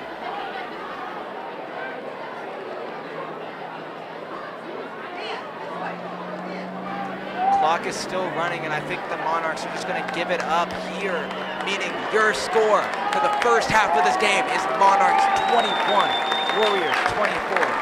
What an amazing start to this game. Super excited seeing an unranked team hold their own against ranked number 2 team. Once again, make sure you stick around. We'll be back. Football will be back in about 25 to 30 minutes.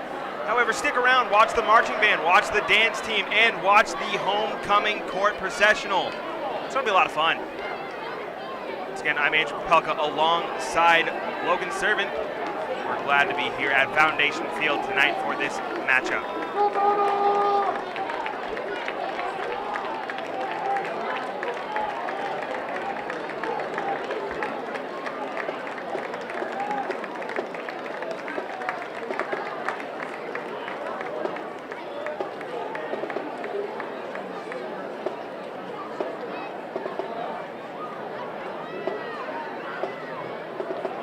Ladies and gentlemen, welcome to Papillion Vista High School's homecoming celebration. We've had a great spirit week and look forward to the dance tomorrow night here at Foundation Field. Coronation will be held at 10 p.m. where we will crown the king, queen, prince, and princess. Now the candidates will be escorted across the 50-yard line with their parents. Ladies and gentlemen, let's welcome the 2021 PLHS Homecoming Chorus. Carly Ehlers, daughter of Mark and Wendy Ehlers, plays varsity volleyball, is a member of Key Club, Circle of Friends, the Senior Committee, and National Honor Society. She enjoys spending time with her friends and making coffee runs. Carly plans to major in psychology. Henry Belay, son of Mike and Regina Bielik, is a captain for the PLHS swim team and also swims for a club team. He is a National Honor Society officer and is on the senior class committee. Henry loves camping, the outdoors, and plans to study physics at college. Derek Bugeye Jr., son of Derek and Jasmine Bugeye, is a varsity football captain and basketball player.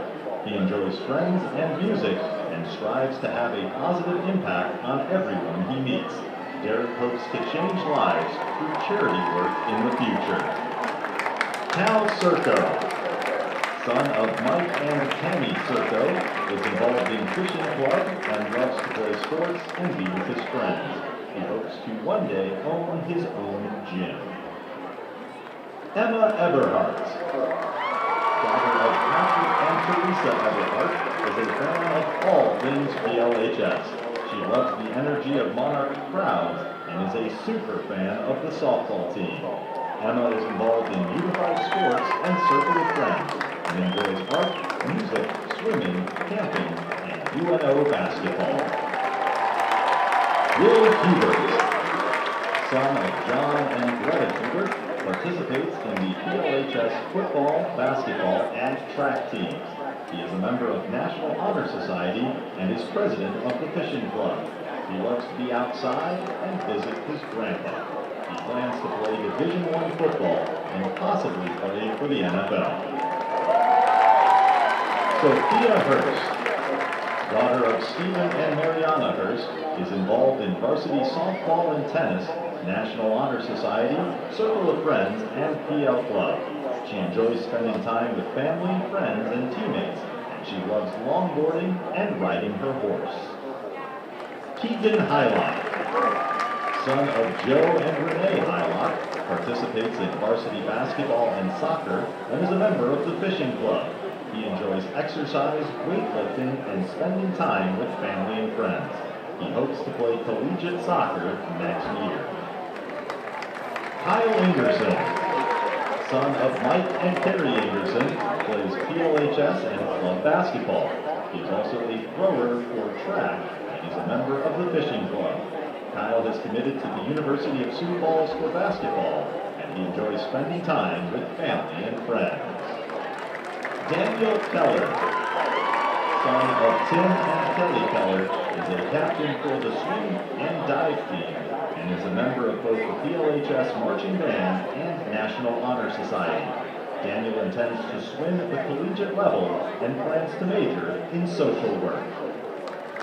Ethan Kellogg, son of Chris and Stephanie Kellogg, is a member of Free Spirit, Monarchy Show Choir, Marching Band, Jazz Band, National Honor Society, and Triad. Ethan is also a member of the Zoo Academy. Sydney Coates, daughter of Christina and Roy Coates, is involved in student council, senior class committee, and varsity show choir. She plays varsity and club softball and was selected for the OWL academic team. She also runs varsity track and placed at state in the 4x400 relay. Sydney plans to major in accounting and finance. Tyler Morale, son of Nicholas and Angela Morale, is involved in the Free Spirit and Monarchy show choirs, Ardente Voce, and is a member of National Honor Society. Tyler loves watching football with his family and supporting the fine arts, and he aspires to be an aerospace engineer. Elena Nickerson, daughter of Joe and Rochelle Nickerson, is the dance captain of Free Spirit and secretary for International Thespian Society. She is a member of Ardente Voce and National Honor Society. Elena is actively involved in her church and youth group. She loves spending time with family and hopes to travel the world. Addison Quintana, daughter of Jerry and Lynn Quintana, is involved in show choir and theater and is on the senior class committee. She has participated in cheer, circle of friends, and the junior class committee. She is interested in a career in chiropractic medicine. Samantha Riggs, daughter of Bobby and Tina Riggs, is a member of Varsity Volleyball, National Honor Society, PL Club, The Scepter, and Fellowship of Christian Athletes. She enjoys family and friends and plans to major in pre-dental. Roshu Senthil, daughter of Shilda Senthil and Senthil Ramiyan, is in Varsity Show Choir, president of DECA, National Honor Society, and Student Council. Roshi volunteers at Woodlands Hospital on Wednesdays and enjoys spending time with friends and family. She hopes to major in political science to practice law.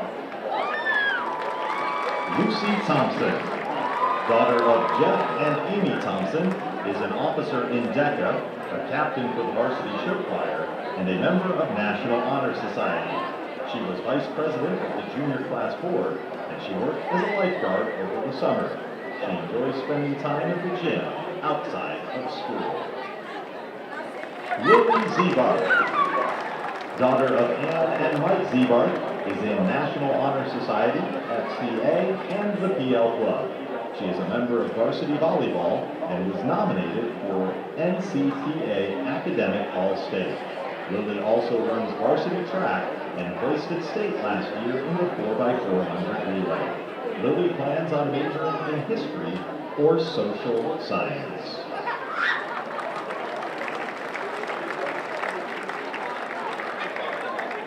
Ladies and gentlemen, let's hear it one more time for our 2021 PLHS homecoming court members and their parents.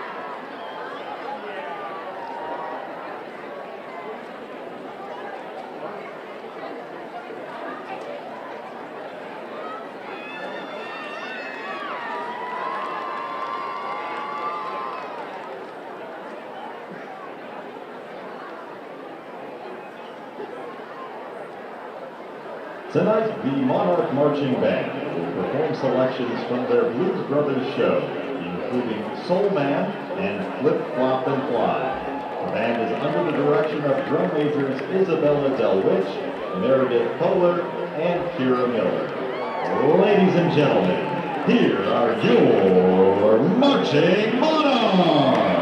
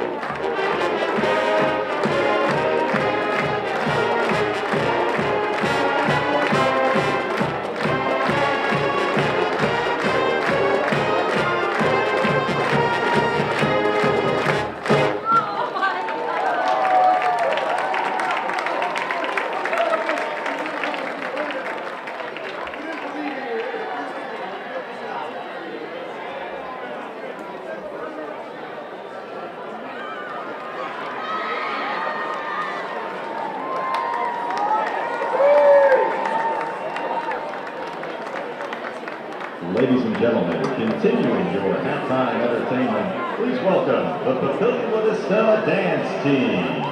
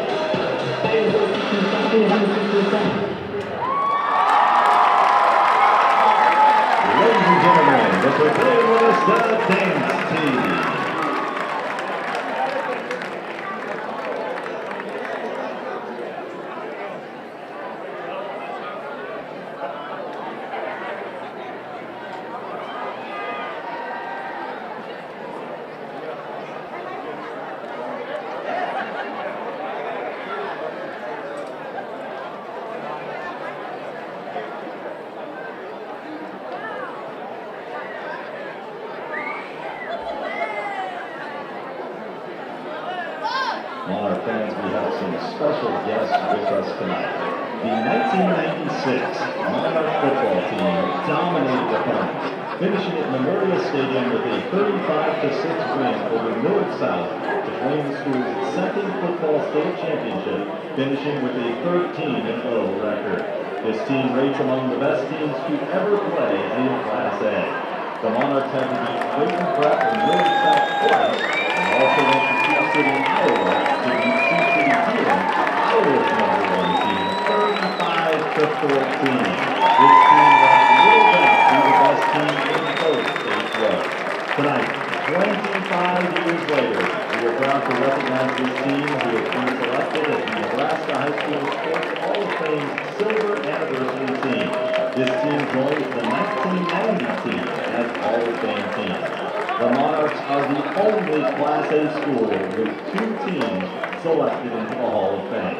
At this time, let's meet some of the members of the 1996 Monarch football team.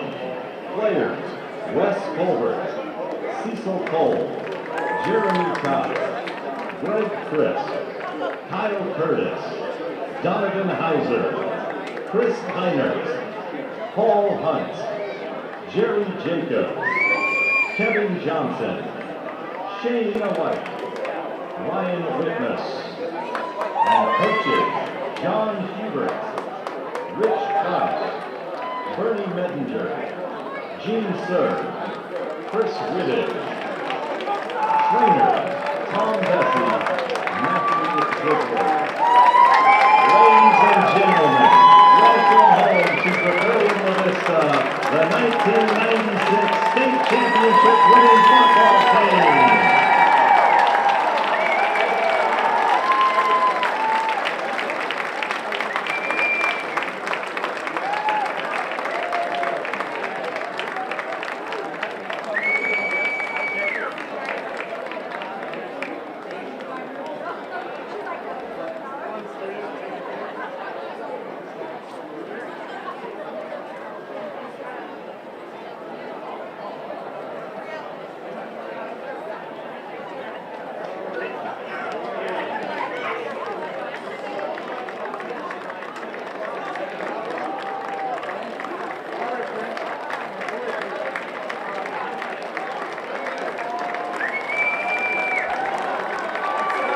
Papillion Vista Community Schools and the Papillion Vista Schools Foundation would like to recognize our featured game sponsor, Gina B.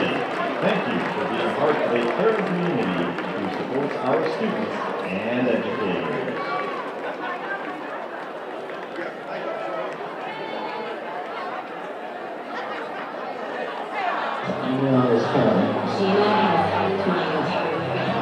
Our team is committed to helping our patients reach their goals and return to doing the things they love.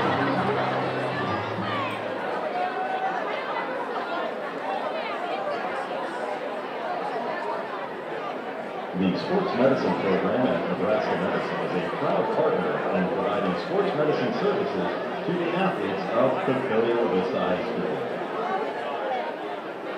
The Papillion Vista High School Athletic Department would like to thank our Gold Crown business members, Appreciate Dance Company, Airborne Academy, Audrey Davis, Beauty by Audrey Day, Bob and Lisa Gruber, Barrientos Scholarship Foundation, C4 Foundation, Commercial Optical, Edge Physical Therapy, Edgar De Leon, State Farm Insurance, FBM Foundation Building Materials, Fireside Counseling, Ken Summerfield, American Family Insurance, Mama's Pizza, Matt Hauser Plumbing, Midtown Tile, Kevin Murphy, Realtor, Next Home Signature Real Estate, Williams Vista Youth Athletic Association, Pathfinder Wealth Advisors, Phoenix Pools and Waterfalls, Ringer Contracting Incorporated, Sheila Haas, Realtor of Berkshire Hathaway, and the Titanium Fire Sprinkler Company. Thank you for your support of Monarch Athletics.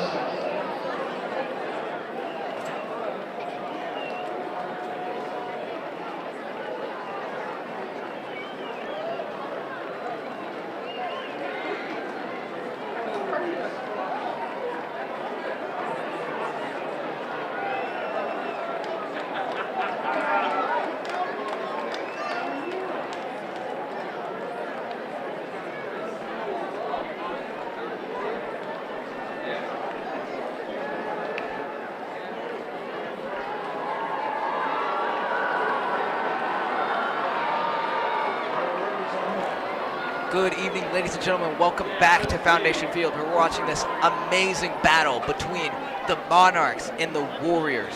Your score currently in Monarchs 21, Warriors 24. Just a 3-point lead entering the second half. Definitely my player of the game for Monarchs. Gonna have to be Tyson Money, making some absolute magic happen on the offensive side of the ball. Andrew Paco, what is your opinion on the player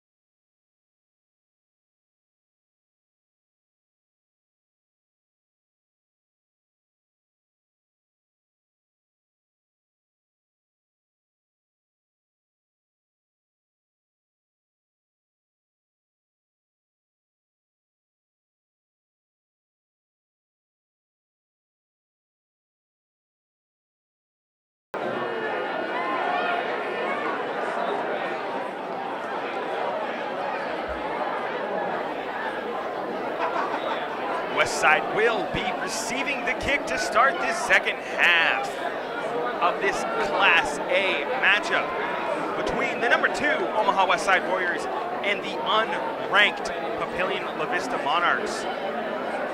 Caleb Walker in to kick the ball away from the Monarchs. Dominic Rizak back to return for Omaha Westside. Caleb Walker set the kick.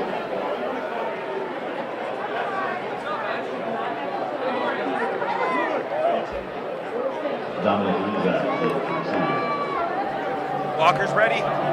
Kicks on the way. It's going to bounce at the 10. It's going to sit. Picked up, and he's returning it. Pushed out at the 18-yard line. Was Caleb Benning on the return. Cal Price on the top stop. It'll be 1st and 10. Ball from the 17-yard line. 1st and 10 to Omaha Westside. 17-yard line.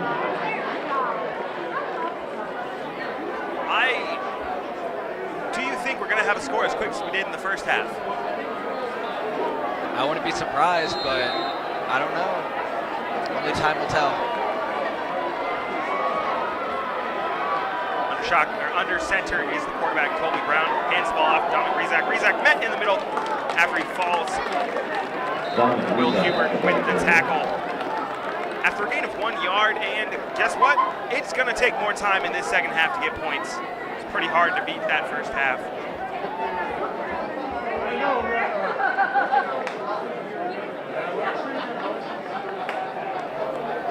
Second and 9, ball on the 18-yard line. Quick snap, Brown looking, fires to the receiver, he's got it. First down. Grant Guyette with the reception, good enough for a Westside first down. Stopping the play by Cal Price.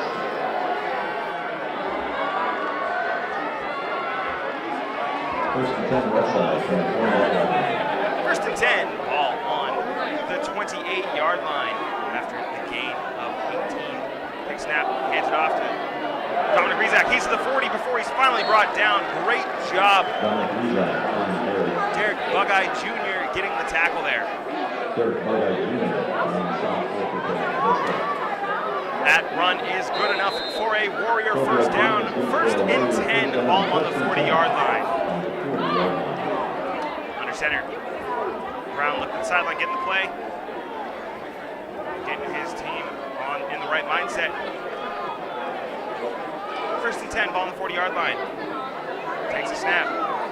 Hand off to Dominic Rizak. Rizak met at the line of scrimmage. Tackled after a gain of 1 yard. Tackle on the play by number 53, Carson David. 1 yard gain on the play. 2nd and 1. 2nd and 9 on the 41-yard line. 2nd and 9, ball on the 41-yard line. That tackle was made by Carson David. 10:30 to go. We're just a minute and a half into this second half. Takes a snap. Takes the handoff, looking down the field. Throw is right through the hands of number 3, Grant Guyette. 3rd and 9, ball on the 41-yard line. It's 3rd and 9 from the 41-yard line.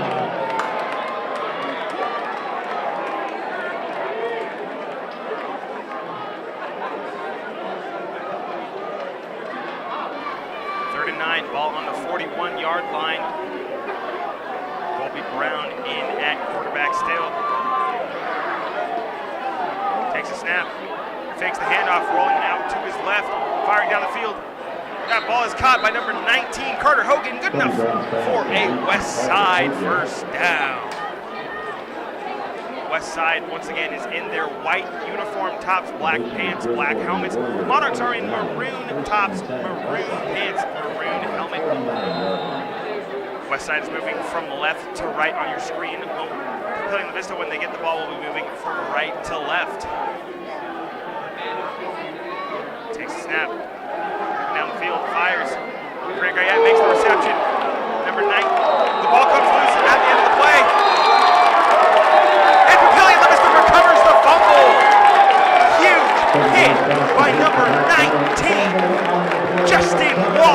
knocking that one free.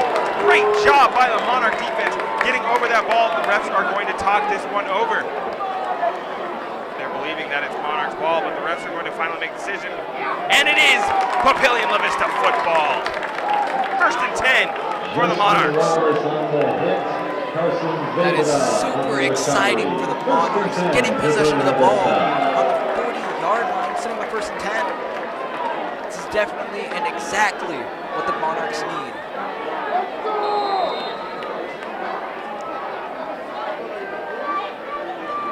Nick Shanez hands the ball off to Prestido, who's going to run his way up the center of the field.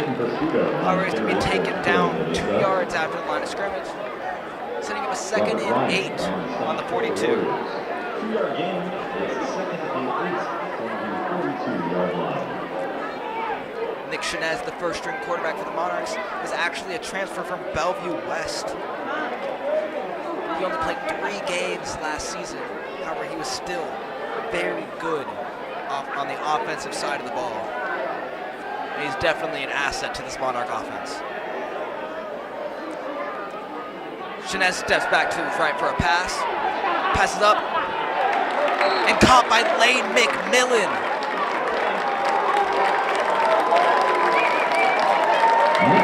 Which is good for a first down. Lane McMillan, so many receptions this game. I don't think he's dropped a single ball this game. I think all passes to him have been received. He is definitely doing amazing this game. I would have to agree. I don't think he's dropped one. I don't really see the Monarchs continuing to run the ball. I think they're successful enough in the passing game to keep passing the ball down the field. Especially with that 80-yard pass at the start of the game to Tyson Money. Still can't ignore that. However, surprise, surprise, Shanez hands the ball off to Prestido. He's going to run up center side of the field.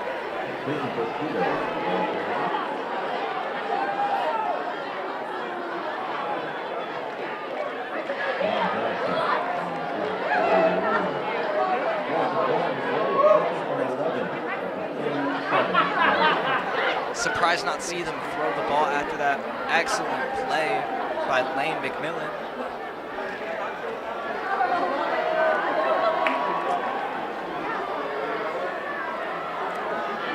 Two receivers on the top of your screen, one on the bottom.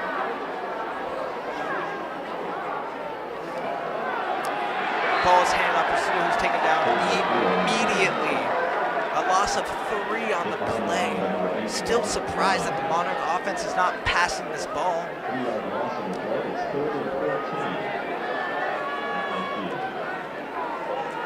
Lindenmeyer entering the field, an excellent asset on the team.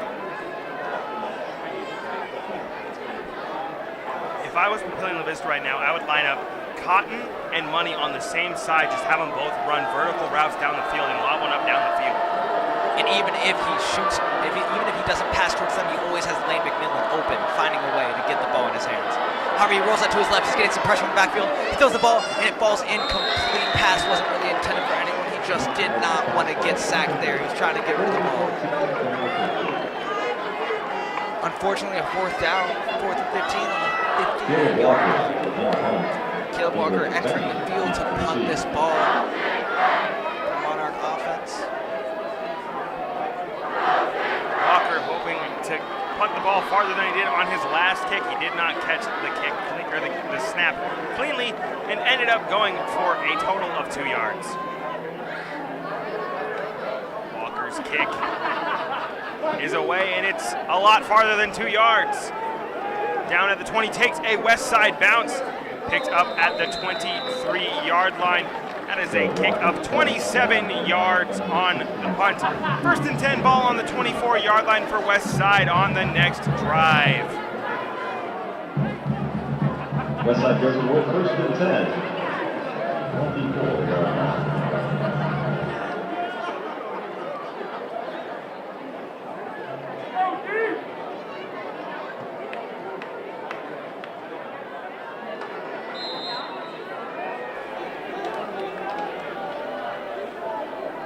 Westside is a lot more successful in running the ball than the Monarchs have been in this game. They do have a 52-yard touchdown run earlier on. I formation, Brown takes snap, Pitches the ball to Rezak. Rezak out to the 21-yard line. Going backwards for a loss of 3. Sets up 2nd and 13. Ball on the 21-yard line. Keenan Cotton on the stop there. On the play, it's 2nd and 12 from the 22-yard line.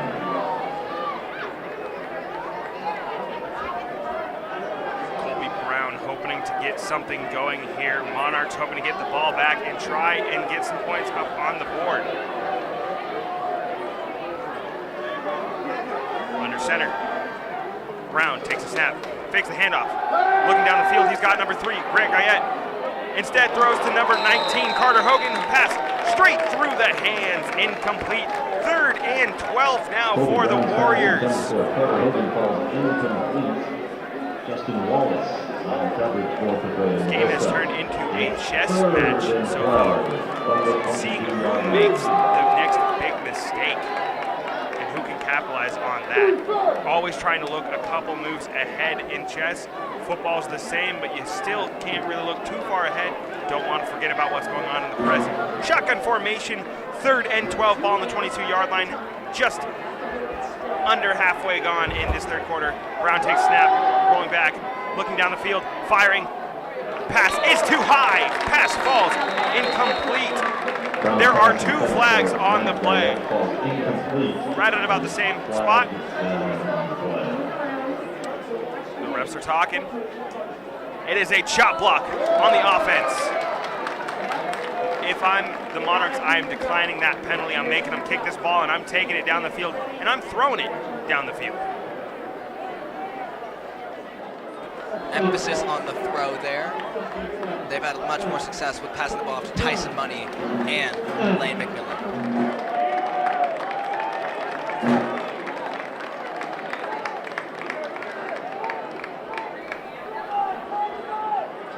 Penalty was declined. A good call by the Monarch coaching staff. 4th and 12, ball on the 22-yard line.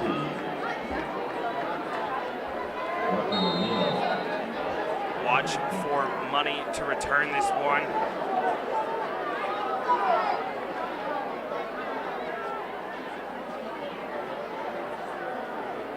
The kick is on the way. It's a short kick,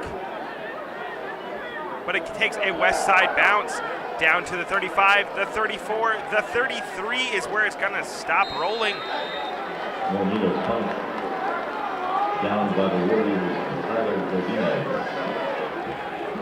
First and 10. 44-yard punt on the play will give the Monarchs 1st and 10, ball on the 33-yard line when they start their drive. Monarch offense re-entering the field. I know we've been talking Tyson Money this game, especially because of his first game back. But we cannot ignore number 72, Jace Wheeler, also re-entering after his suspension. He is definitely a very important piece on this offensive line. No one's able to get past him.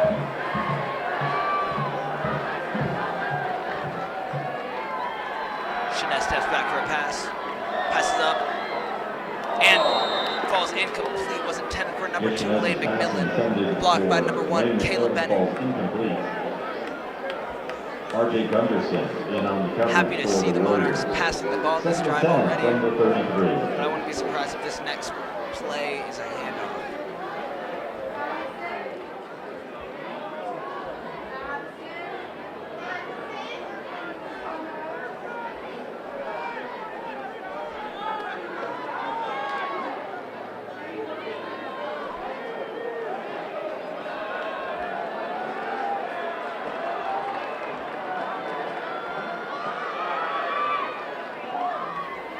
Chanez hands the ball off to Caleb Walker there.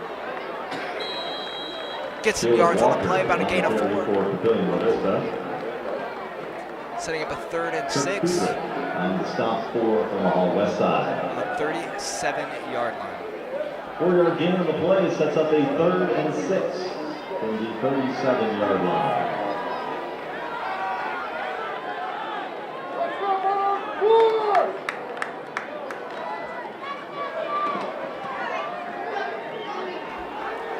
Minutes and 20 remaining in the 3rd quarter. Clock is running. Chanez accompanied by Caleb Walker behind him. Two receivers on the butter screen, one on top. Shez fakes the handoff, rolls out to his right. He's looking for a pass, passes up.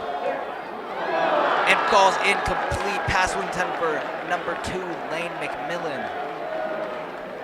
Pass from Nick Chenez intended for Lane McMillan, falls incomplete. Setting up a 4th and 6 on the 37. It looks like the special team is entering the field. Caleb Walker still back to punt the ball off. Caleb Walker on the punt. Caleb Benning deep to receive for the Warriors.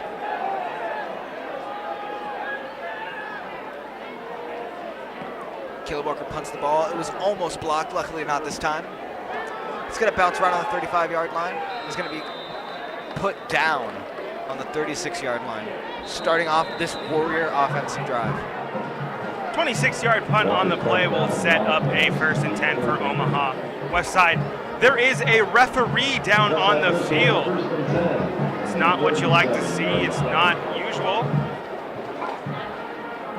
I wonder if he just had the wind knocked out of him while he was running down the field. He might have gotten run into by a couple players.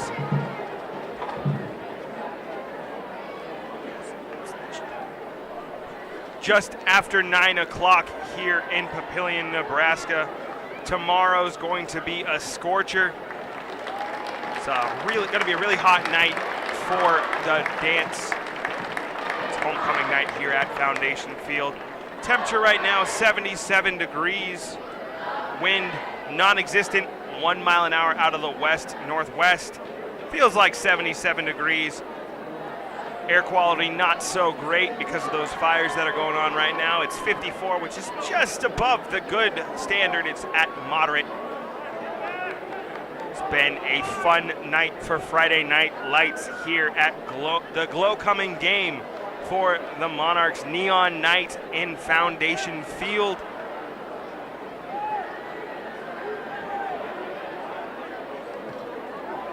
Turn into a dogfight in what most people were not expecting to be this type of game. Omaha Westside were the presumed favorites coming in, as they are ranked number 2 in Class A.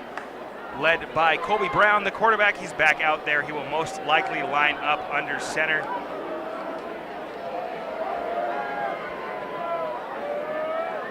It's interesting with Omaha Westside, you're always seeing them with a fullback in the game, number 32.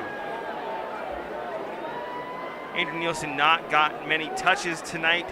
However, he has made some big blocks, including one on that play that went for a 52-yard touchdown scamper by the running back. Looks like the ref is good and ready to go. He's walking off the field with the trainer. So we're going to be down unofficial. So he's just going to take a quick breather. Probably get checked, maybe get put into concussion protocol, who knows? 1st and 10 now. Colby Brown out to lead the offense. Big snap, fakes the handoff, looking down the field, fires. Pass is caught by number 3, Grant Guyette. Tackle was made by number 21, Peyton Prestito. Peyton Prestito on the stop for Papillion, Vista. 1st and 10, ball at midfield. It's just on the other side of the field. They're now in Monarch territory. 1st and 10. Brown takes a snap, hands ball off to Rezak. Brought down by Will Hubert, not after a gain of 5 yards. Sets up 2nd and 5. Ball on the 44-yard line. 5-yard gain on the play, it's 2nd and 5 from the Monarch 44-yard line. 4:21 left to go in this 3rd quarter. Shotgun formation takes the snap. Looking down the field, fires. He's got Guyette. Guyette with the catch to the 10. And into the end zone for the touchdown. Great job by Grant Guyette to get his hands on that pass. His 2nd reception of the game, second receiving touchdown of the game. This one from 44 yards out there. He made the guy miss down near the end zone. Touchdown, Omaha Westside looking to take a 10-point lead. Could that be the nail in the coffin? Could that be what really gets the Westside team fired up and knocks the Monarchs out of this one? A lot of time left to go in this game. Albano's PAT on the way, and it's good. Only one ref signaling that it's good because the other ref is off the field right now with a presumed injury. Score: Omaha Westside 31, Papillion Vista 21, 4:08 to go in this third quarter. If you're just joining us, this game started out fast. Touchdowns by Monarchs and Papillion South. It was 14-14 early in the first quarter. Scoring has slowed down a little bit since then. Still a high-scoring game for a high school game. I think now if I had to put my star player for Omaha Westside, I think I'm leaning more towards Grant Guyette. He's made 2 huge receptions down the right sideline. Both of them have gone for scores. No surprise seeing Tyson Money and Keenan Cotton deep to receive. Tyson Money and Keenan Cotton deep to receive. Albano's kickoff.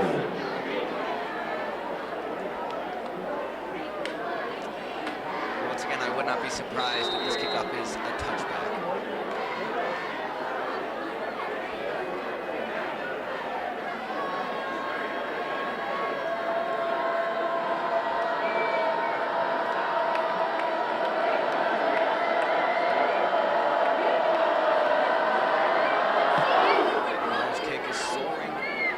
Almost into the end zone, caught by Keenan Cotton on the 1-yard line. He's running it up past the 20-yard line, to the 25, to the 30, to the 35, to the 40, and finally pushed down at the 45.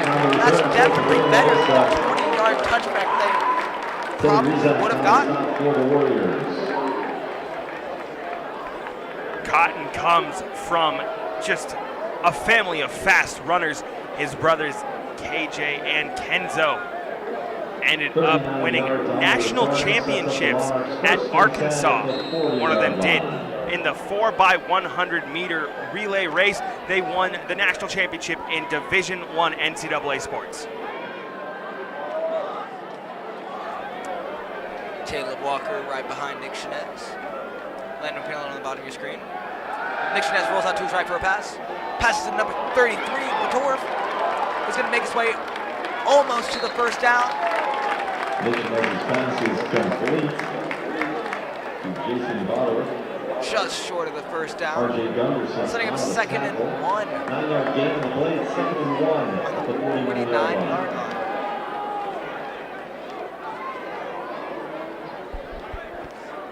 Here's another replay of Keenan's return of the kick, bringing it all the way to the 40-yard line from the 1-yard line. Once again, Caleb Walker right behind Nick Shinez. 3 wide receivers on the bottom of your screen. Nick Shinez rolls to his left for a pass this time. Passes up and almost caught by Lane McMillan. It is slapped out of the air. Pass from Nick Shinez. Sitting up a 3rd and 1 on the 49. In no situation here, even on 4th down, should the Monarchs punt off this ball. From the 49-yard line. McMillan needed to come back to the ball on that last pass. He kind of just sat there, let for McIntyre to get in there and make the defensive play to stop him from being able to receive that ball.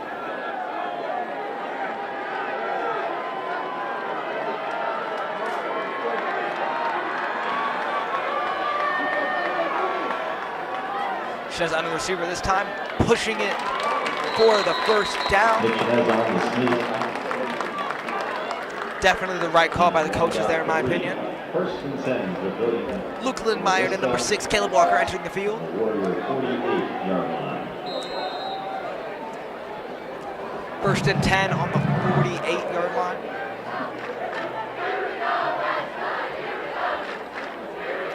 Two minutes 15 remaining in the quarter.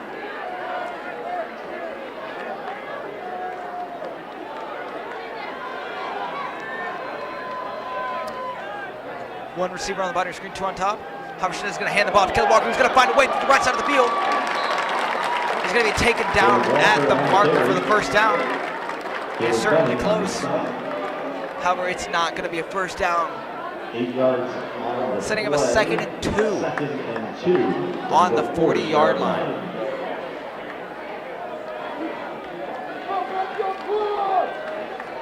Once again, the Monarchs should be able to just push the ball forward, but I think they're going to try for a play here. Rather, a different play, excuse me. Schnez hands the ball off to Caleb Walker. Once again, he's going to find his way through the left side of the field. He's going to soar past the first down marker and make it to the 30-yard line, where he's finally going to be taken down. That's obviously good for a first down, setting up a 1st and 10 on the 30-yard line.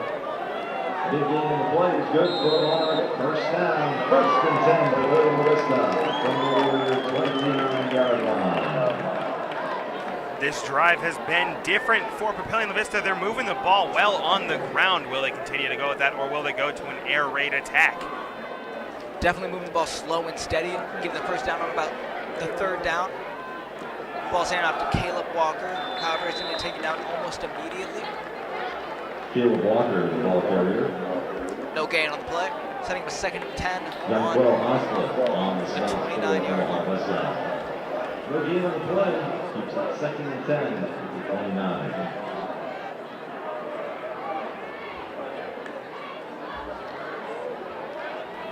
A minute 10 remaining in the 3rd quarter. Clock is running.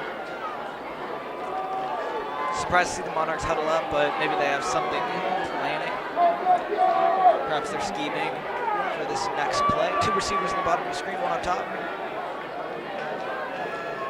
Tyson Money in motion. Nixon has almost dropped the snap.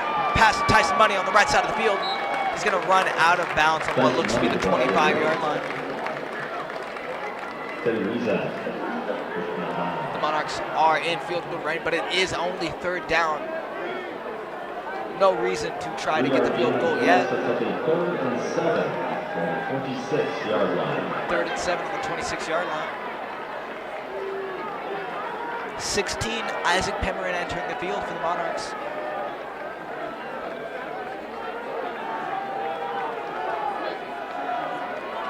Shinez accompanied by Caleb Walker in the backfield.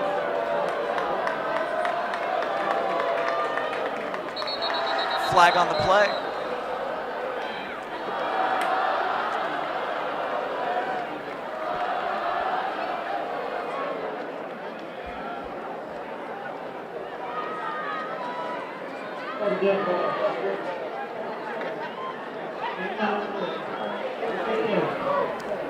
Ball start on the offense is going to be a loss of 5 yards, setting up a 3rd and 12 on the 31-yard line.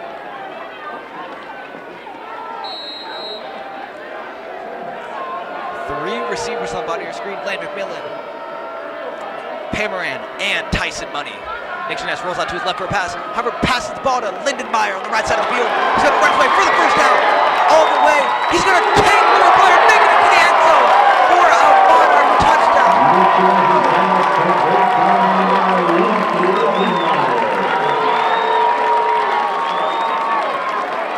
Here's another look at his way.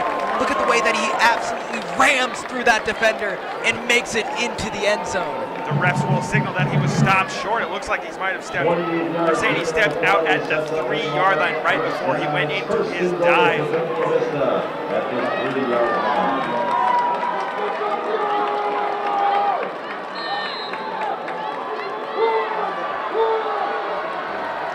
Fortunately, right before the dive, he did step out. Hubbard ball's going to be handing off to Restido, who's going to make his way up the center of the field. Looks like he's going to be taken down on the 1, setting up a 2nd and goal on the 1-yard line. Looks like there is a cramp going on the field for number 11. He's going to hop along the frog his way out to the. Oh no, he's gonna. We're gonna take a quick break here as he is going to be attended to on the sideline. It looks like it's just a calf cramp, and those are the absolute worst. Going back to that Lindenmeyer play, as we have just 11 seconds left in this 3rd quarter. It's been a fast quarter. He was so close to getting into the end zone.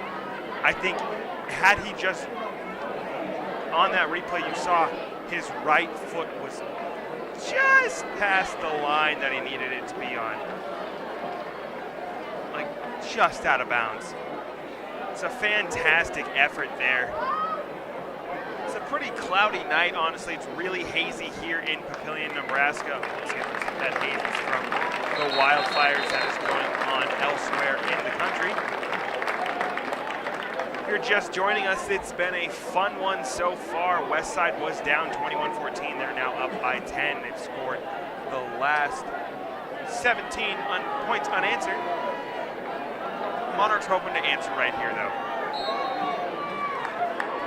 With 12 minutes and 9 seconds remaining in the game, this game is still anybody's game.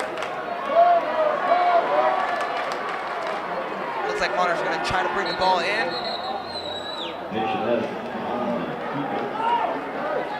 However, it looks like it's not going to be in. Just short. And with that, the game is going to move to the fourth quarter. Your score is Monarchs 21, Warriors 31. I would not be surprised if that score does change in the next 2 seconds of the fourth quarter.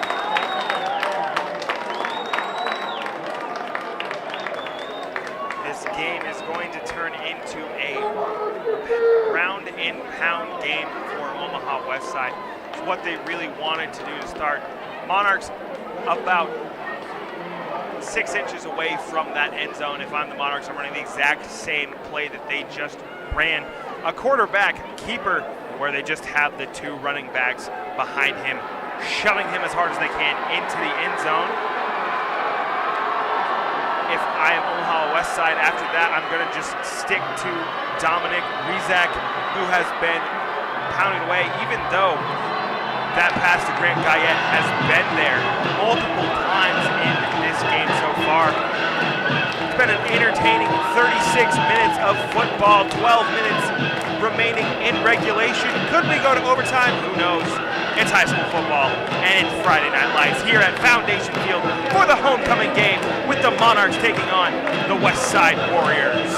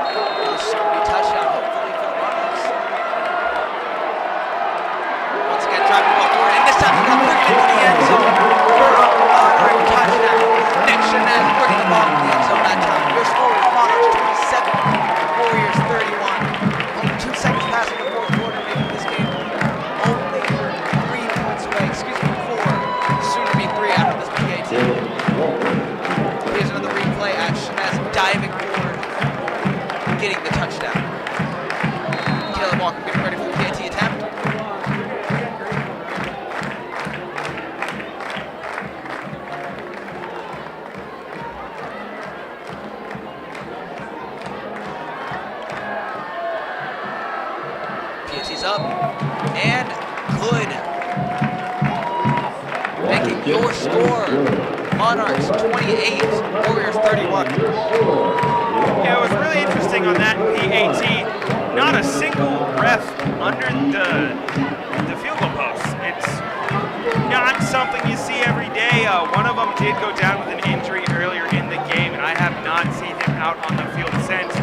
It was actually the backfield judge, the white hat judge, who made the call there on whether that PAT was good or not. It was an interesting kick. It was a line drive, low line drive, but it was through the uprights. Nonetheless, high scoring game. Depending on what you consider high scoring, I consider this high scoring. Last week, the final score at Foundation Field was 32-28. It's a close one.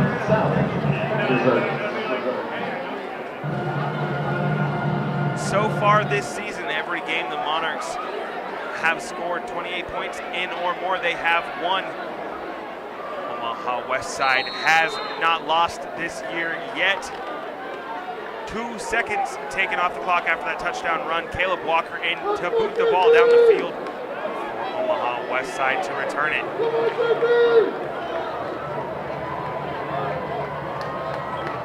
Helmets are raised. Kick is on the way. It's booted into the end zone, and they're going to let him return it. He's lit up. Huge hit there on the return. That was Caleb Benning on the return.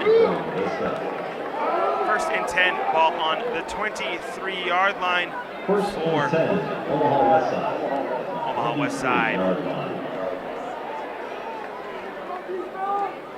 Colby Brown about to lead his team right back out there. I would not be surprised if they do not put this ball in the air once. They're just going to look for the ground and pound.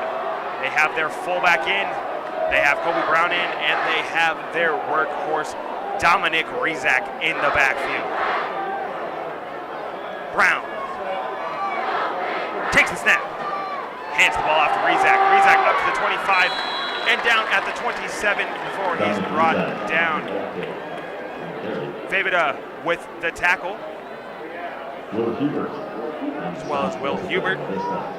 Second and 6, ball on the 27. They keep gaining 4 yards. They're going to keep moving the sticks. Second and 6. Takes snap. Hands the ball off to Rizak. Rizak met in the backfield by number 33. That's Jacob Butter with the bring down. Back to the line of scrimmage. Sets up third and 6. Ball on the 27-yard line. 11:05 to go in regulation. You can hear the crowd starting to get in it for Papillion Vista. Can they get the third down stop? Colby Brown around. Takes a snap. Fakes the handoff. Rolling out for the pass. Fires to the outside. That ball is caught by number 3, Grant Guyette. Brown's pass complete to Grant Guyette. When they've needed it, Grant Guyette has stepped up time and time and time and time and time and time again. First and 10 for Westside at the 35-yard line. The time, 10:39 to go.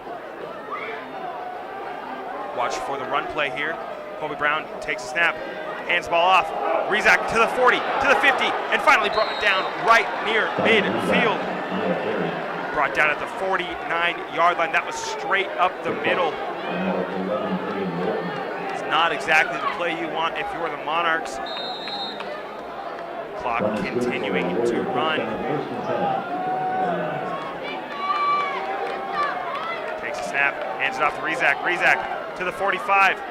Being brought down by a slew of Monarch defenders. Bring down not before a gain of 7. Second and 3. Ball on the 44-yard line. 7-yard gain on the play. Makes it second and 3 from the 44-yard line. Second and 3, ball on the 44-yard line. Brown takes a snap, hands the ball to Rizak, and then is met in the backfield.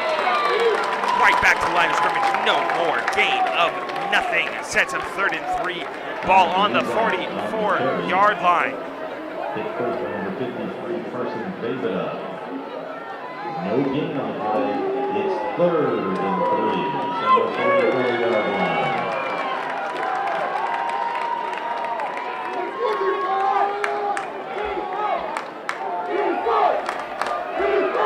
Third and 3. Ball on the 44-yard line. Watch for the handoff. They're probably going to fake it here and run pass. Not even going to fake the handoff. They're just going to look down the field.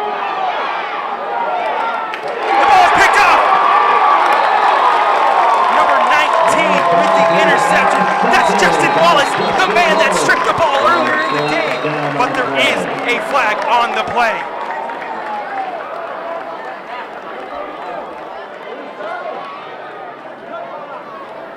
We'll see here. There's kind of just a low block. It is a chop block on the offense. That penalty will be declined. Interception made. It'll be first and 10 for the Monarchs at the 44-yard line. I wish you guys could hear the Monarchs sideline right now. They are cheering and roaring for that pick. That is so exciting for the Monarch offense. Getting possession of the ball with only 3 points away from tying up the match.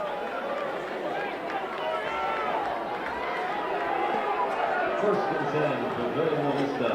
First and 10 on the 43-yard line. Shenez accompanied by Walker in the backfield. Two receivers in the bottom of the screen, one on top. Shenez hands the ball to Presidio, who finds his way up the right side of the field. He's somehow going to slip past many defenders and finally be brought down to the 49-yard line.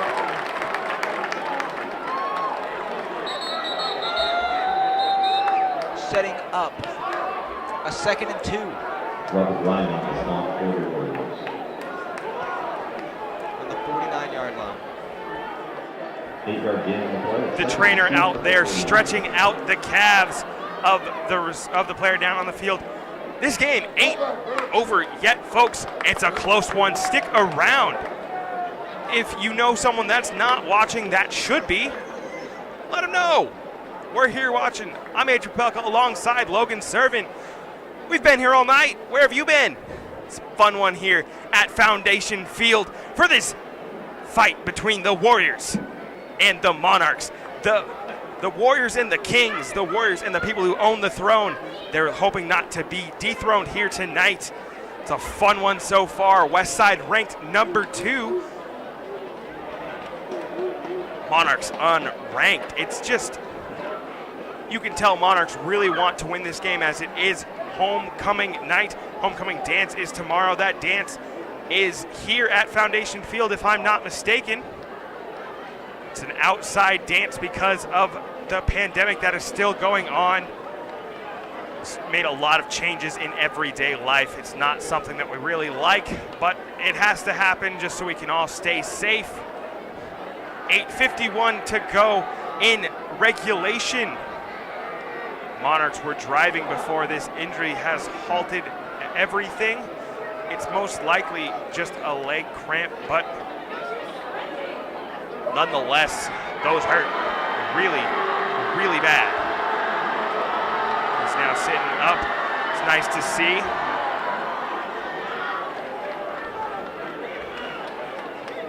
There's a lot going on in the stadium. It is neon night here on September the 10th. The temperature has fallen from 84 degrees at kickoff with a feels like of 90 down to 75 now. It feels like 75. Humidity is 77%. The wind, non-existent. The chance of rain, non-existent. Visibility, 10 miles, so it is existent. There's a lot going on in Papillion over the next days. A lot going on in Nebraska tomorrow. Scorcher will also most likely be the hottest kickoff in Nebraska football history, pushing 100 degrees around kickoff. On the turf, it's going to be feeling like 120 to 130 degrees. Watch for the players to have to be hydrated. There might be IVs running on the sidelines. It's going to be an insane game. 2nd and 2, ball on the 49-yard line for the Monarchs after that pause in play.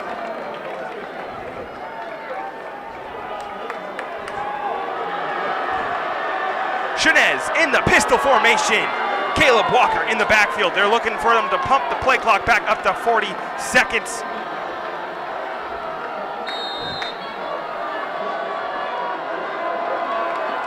Lined up in pistol formation. One receiver on the bottom screen, two on top. However, Shenez is going to hand the ball to Presidio, who's going to try to make it up the right side of the field. Excuse me, Caleb Walker on the carry there. However, he's going to be taken down on the line of scrimmage, setting up a 3rd and 2 on the 49-yard line. No gain on the play. It's 3rd and 2 from the 49-yard line.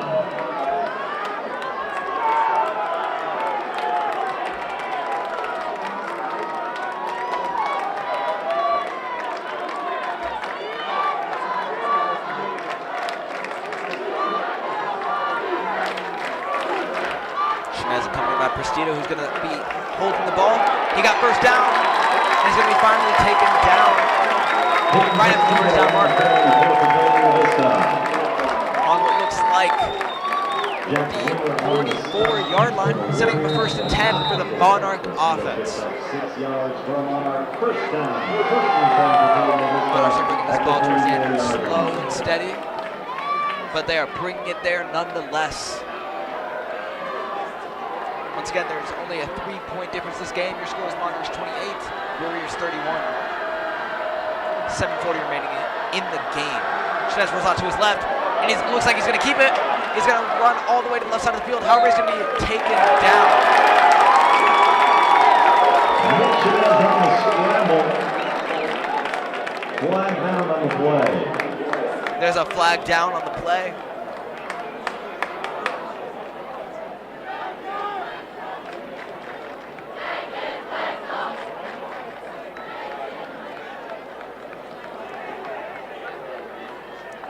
Thinking that flag is more on the defense, and it looks like it is. Not yet.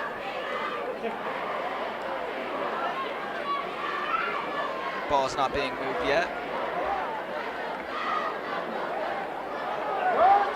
And it looks like it was actually a penalty on the offense there. Loss of 5 on the play.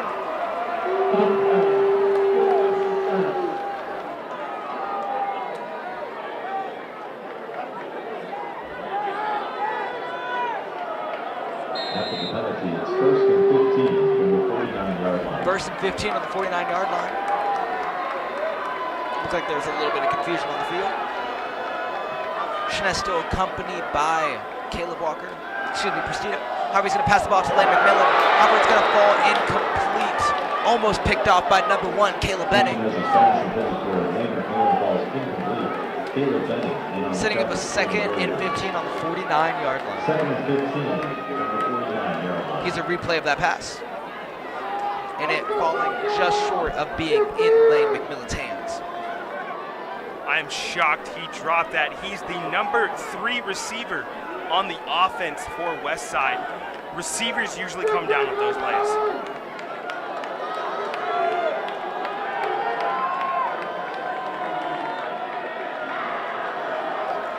Shinez accompanied by Prestito. However, he's going to step back for a pass roll to his left. Passes up and caught by Tyson Money. However, he's going to be taken down just past the original line of scrimmage. Jack Glimmer on the stop. Jack Glammer on the stop there for the Warriors. Setting up a 3rd and 9. 6-yard gain on the play, makes it 3rd and 9. Excuse me, 43.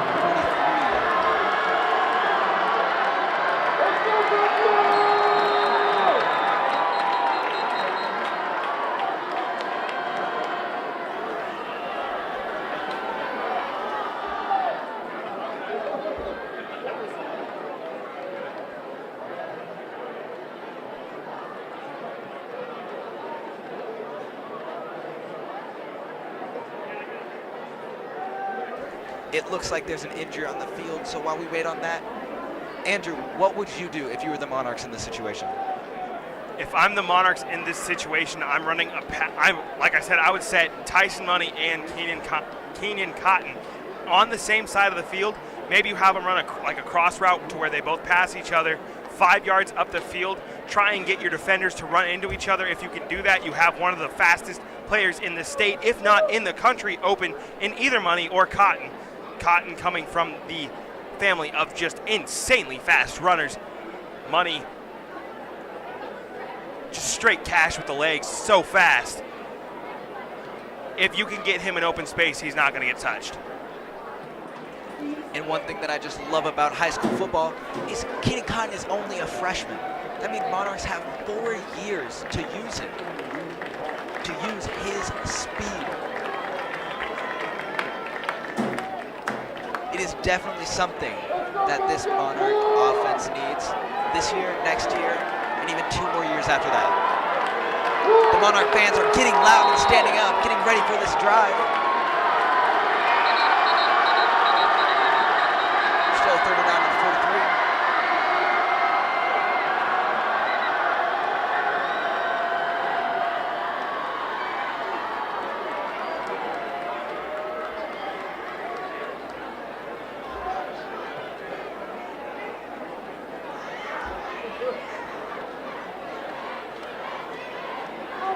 However, a timeout's going to be called on the Warriors.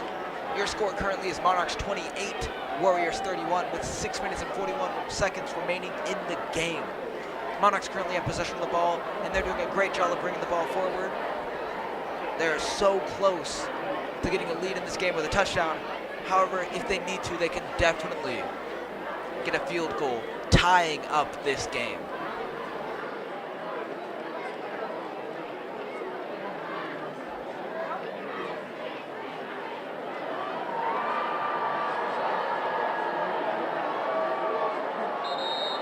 That booing that's going on is just the chant.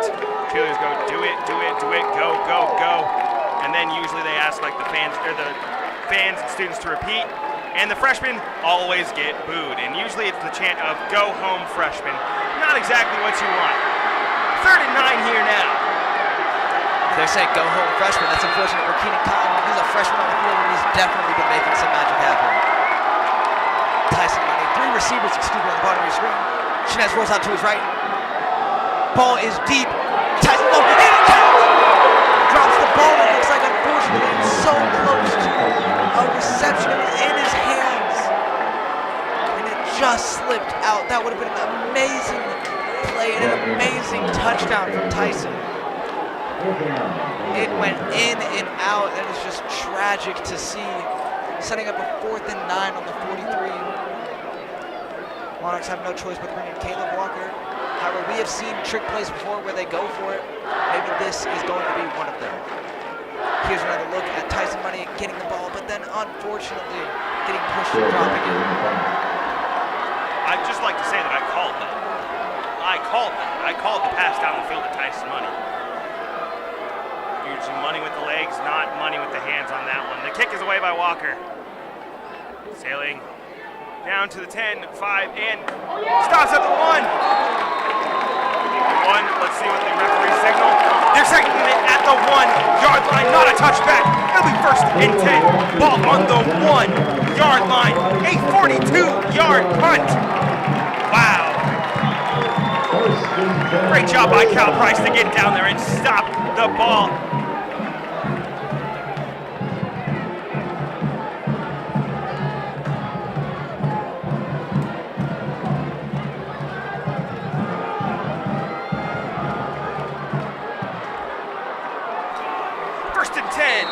Ball on to 1-yard line, the 1-yard line. Can't get any closer to the end zone than they are right now. This is not the situation where you want to have a bad snap. This is the situation where if I'm here, I'm doing this in shotgun formation. They're right under center. Takes the snap, hands it off to Rezak. Rezak met in the backfield, brought down at gain of 1 yard. That is Vesta and Hunter Forel on the tackle. 2nd and 9. Ball on the 2-yard line.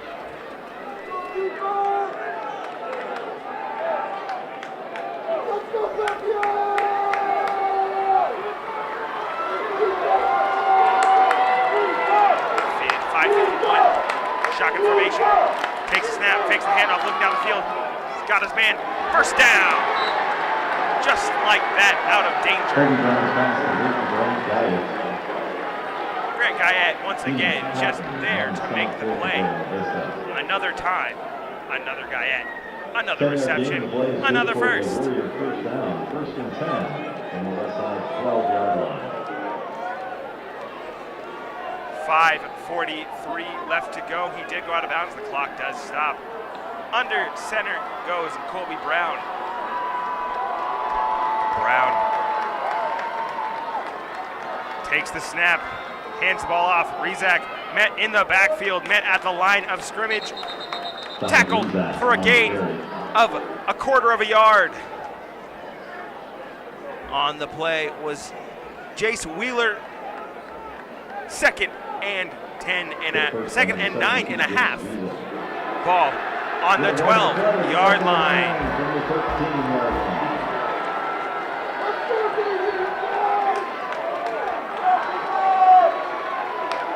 5:10 to go. Close game here. Colby Brown in the shotgun formation, takes the snap, fakes the handoff, looking down, has Carter Hogan. Hogan makes the catch and then is brought down Kobe Brown's pass complete to Carter Hogan. Carter Hogan makes the play. Wrapped up by number 7. 3rd and 2. If I'm the Monarchs, I'm blitzing here.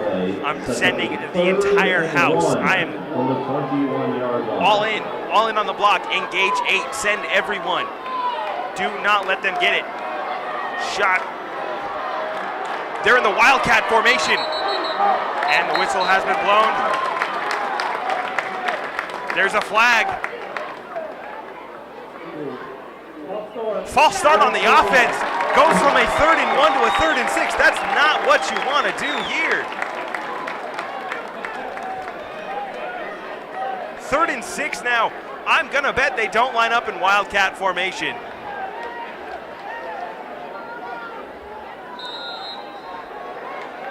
Would you look at that? Shotgun formation. Colby Brown back in at quarterback. Monarchs getting hype. Brown takes the snap. Bobbles it. He fumbles! And it's down at the 7-yard line after the mishandle.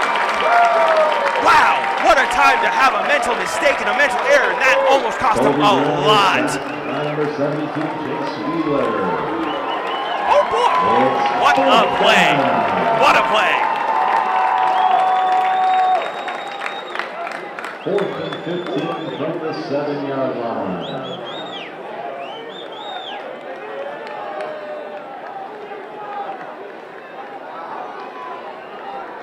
Martin Marino in the punt. Tyson Money in the captain to receive.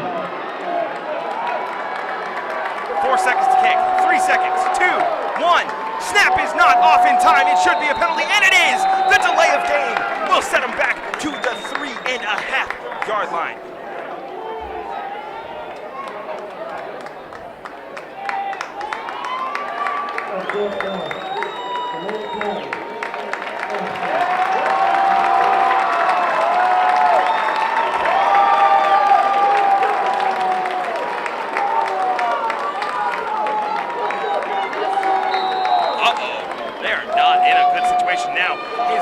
Is just inbounds. If he steps back, that's a safety. 69 to punt the ball away. Gets the kick off. It's booming. Cotton will let it bounce, let it roll, and it's going to roll just on the other side of the 58. Fantastic kick. 48 yards on the punt. It'll set up 1st and 10. This could be it. 3:12 to go. Is this crunch time?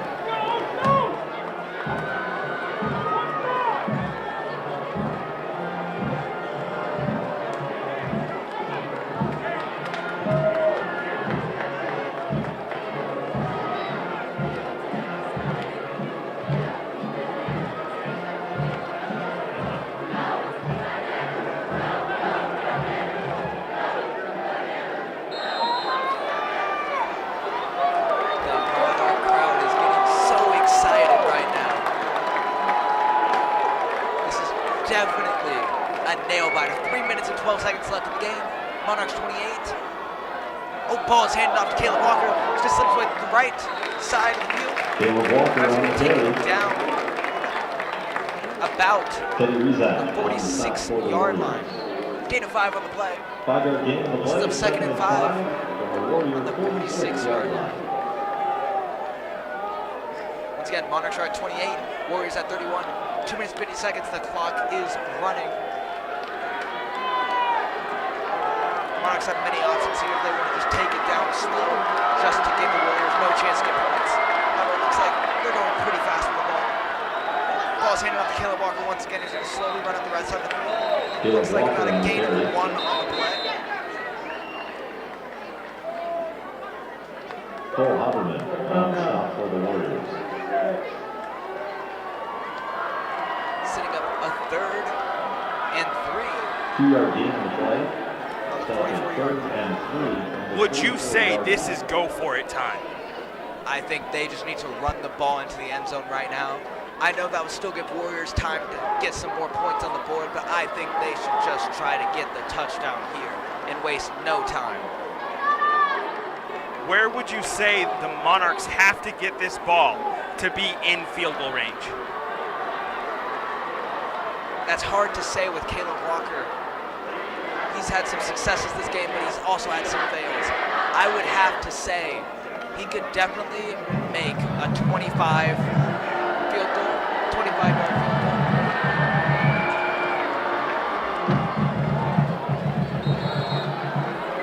By that, you're saying the Monarchs need to get this ball all the way down to the 8-yard line to be in field goal range. Are you saying they can make it if they get it to the 25? Yeah, if they're kicking from about 15-yard line. Sorry about any confusion there. Shinez accompanied by Peyton Prestito. Next Shinez looks for a pass. Pass is deep. Tyson Money. Pass falls incomplete right into his hands. Number 23 there. Dominic Razak. Covering him there. So close again for a big Tyson Money play. There's another look at the ball just short of his hands.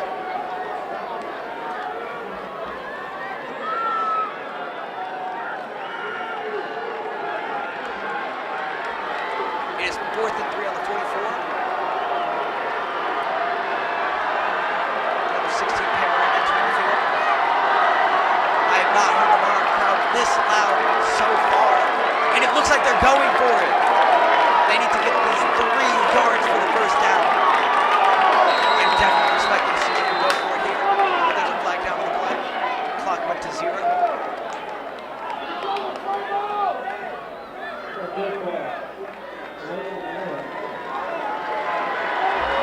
That's a 5 on the play. In my opinion, that just makes it much harder for the Monarchs.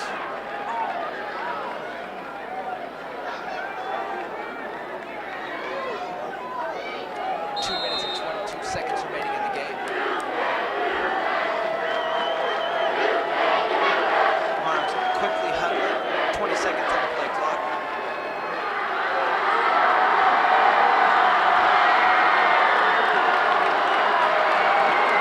Monarch crowd is definitely getting loud. 2 receivers in the wide receiver on top. Prestito right behind. Shinez looks for a pass. Quickly passes the ball to Tyson Money on the original line of scrimmage. However, he's going to slide down. There's going to be a turnover on the 49-yard line. That is not what the Monarchs needed right now. Only 2 minutes and 16 remaining in the game, and the Warriors have the lead. Monarchs do have 2 timeouts remaining. According to the scoreboard, we do have 2 timeouts remaining. I do know of at least one time the Monarchs had to take a timeout on that drive, so I can confirm that it's at least 2.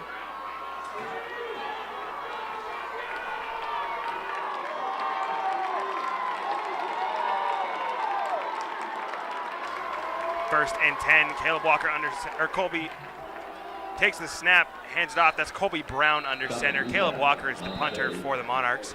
Gain of 3, 5 seconds come off the clock. Time out. Papillion La Vista, 2:11 to go. Nail biter here at Foundation Field. The stress is building. If the Monarchs can pull off this upset, it's going to be just an electric 24 hours until that homecoming dance.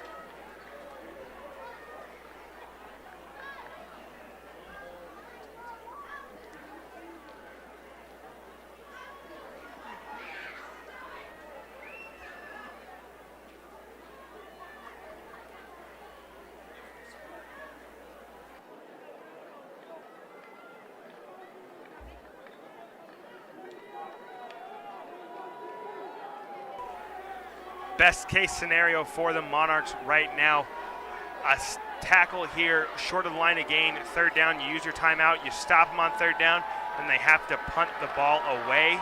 You'll have the entire length of the field go with about a minute remaining. Colby Brown under center.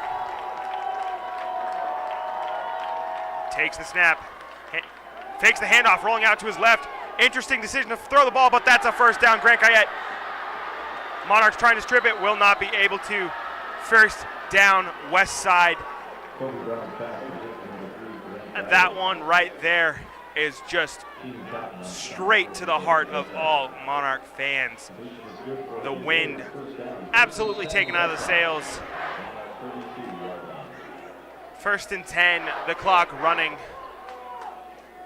Omaha Westside being very unoriginal with their Go Big Red chant. It's kind of the chant of the state. First and 10, ball on the 32-yard line.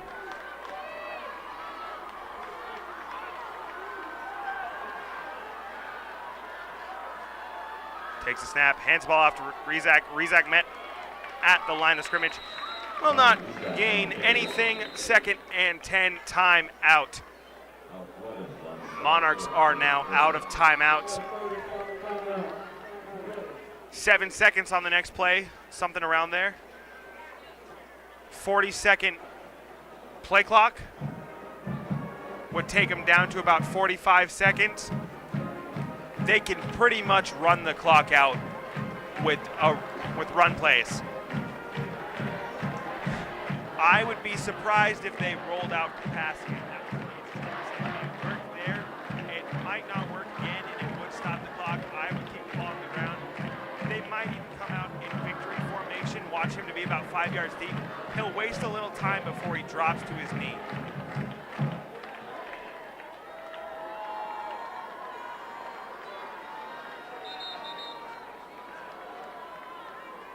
I think the play that comes to mind about what changed this game is that punt block that was returned for a touchdown. That play doesn't happen, Monarchs probably might come out victorious. That changes everything in the game, but still, that one hurts. That one probably hurts the most right now. I feel for Caleb Walker, who's going to be hearing a lot about that. Second and 10, hands the ball off to Rizak. Rizak, 5 seconds come off the clock. Play clock has not begun. We are at 80 seconds. They can virtually kneel this one out. They're going to let the play clock run all the way down. That'll bring us to 40 seconds. The snap will happen right around 41 seconds. It'll be a knee, most likely. And that'll set up fourth down. And Westside will just let the clock come out. A little too little, a little too late for the Monarchs. They had a lot going on early, and then they kind of sputtered in the middle. A lot going on late. It's been a fun one at Foundation Field. I would be surprised if they snap this with more than 3 seconds left on the play clock. 1 second, false start.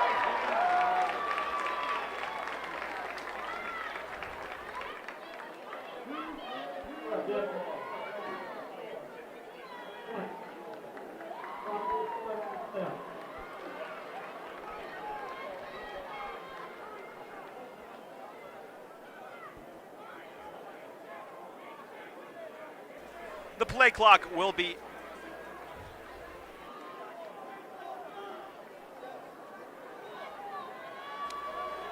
there will be 40 seconds, 41 seconds. The play clock is 40. 1 second has come off the clock. Rizak to the outside. He's to the 20.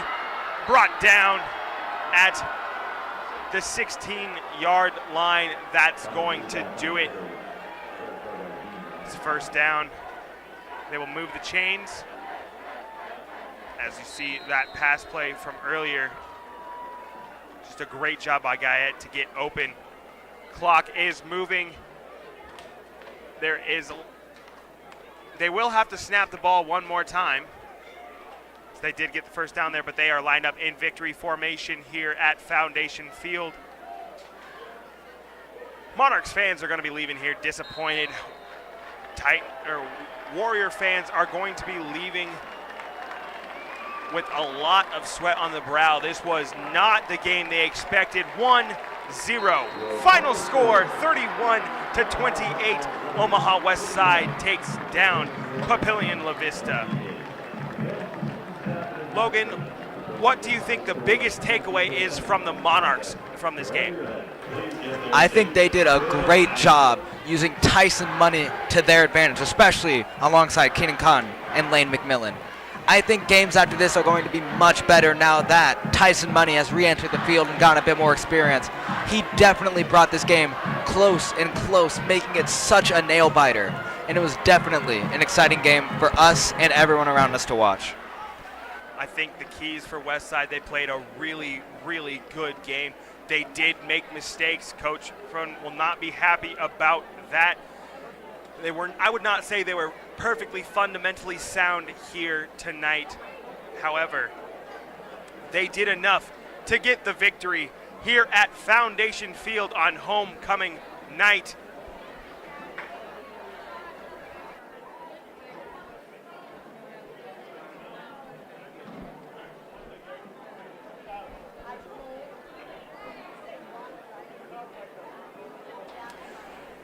Once again, the final score from Foundation Field, Omaha Westside 31, Papillion La Vista 28. From everyone at the PLV Media Academy, we just want to thank you guys for tuning in. It's been a lot of fun tonight. Thank you to everyone on the crew that was here tonight that helped put this together. Just thank you to everyone. Thank you to the fans. Thank you to everyone for staying clean. It's been fun. Next week, we have Papillion La Vista once again here at Foundation Field. That'll be a fun one. Stay tuned. From Logan Servant, I'm Andrew Popelka here at PLV Media. It's been fun. Join us again next time. Thank you guys.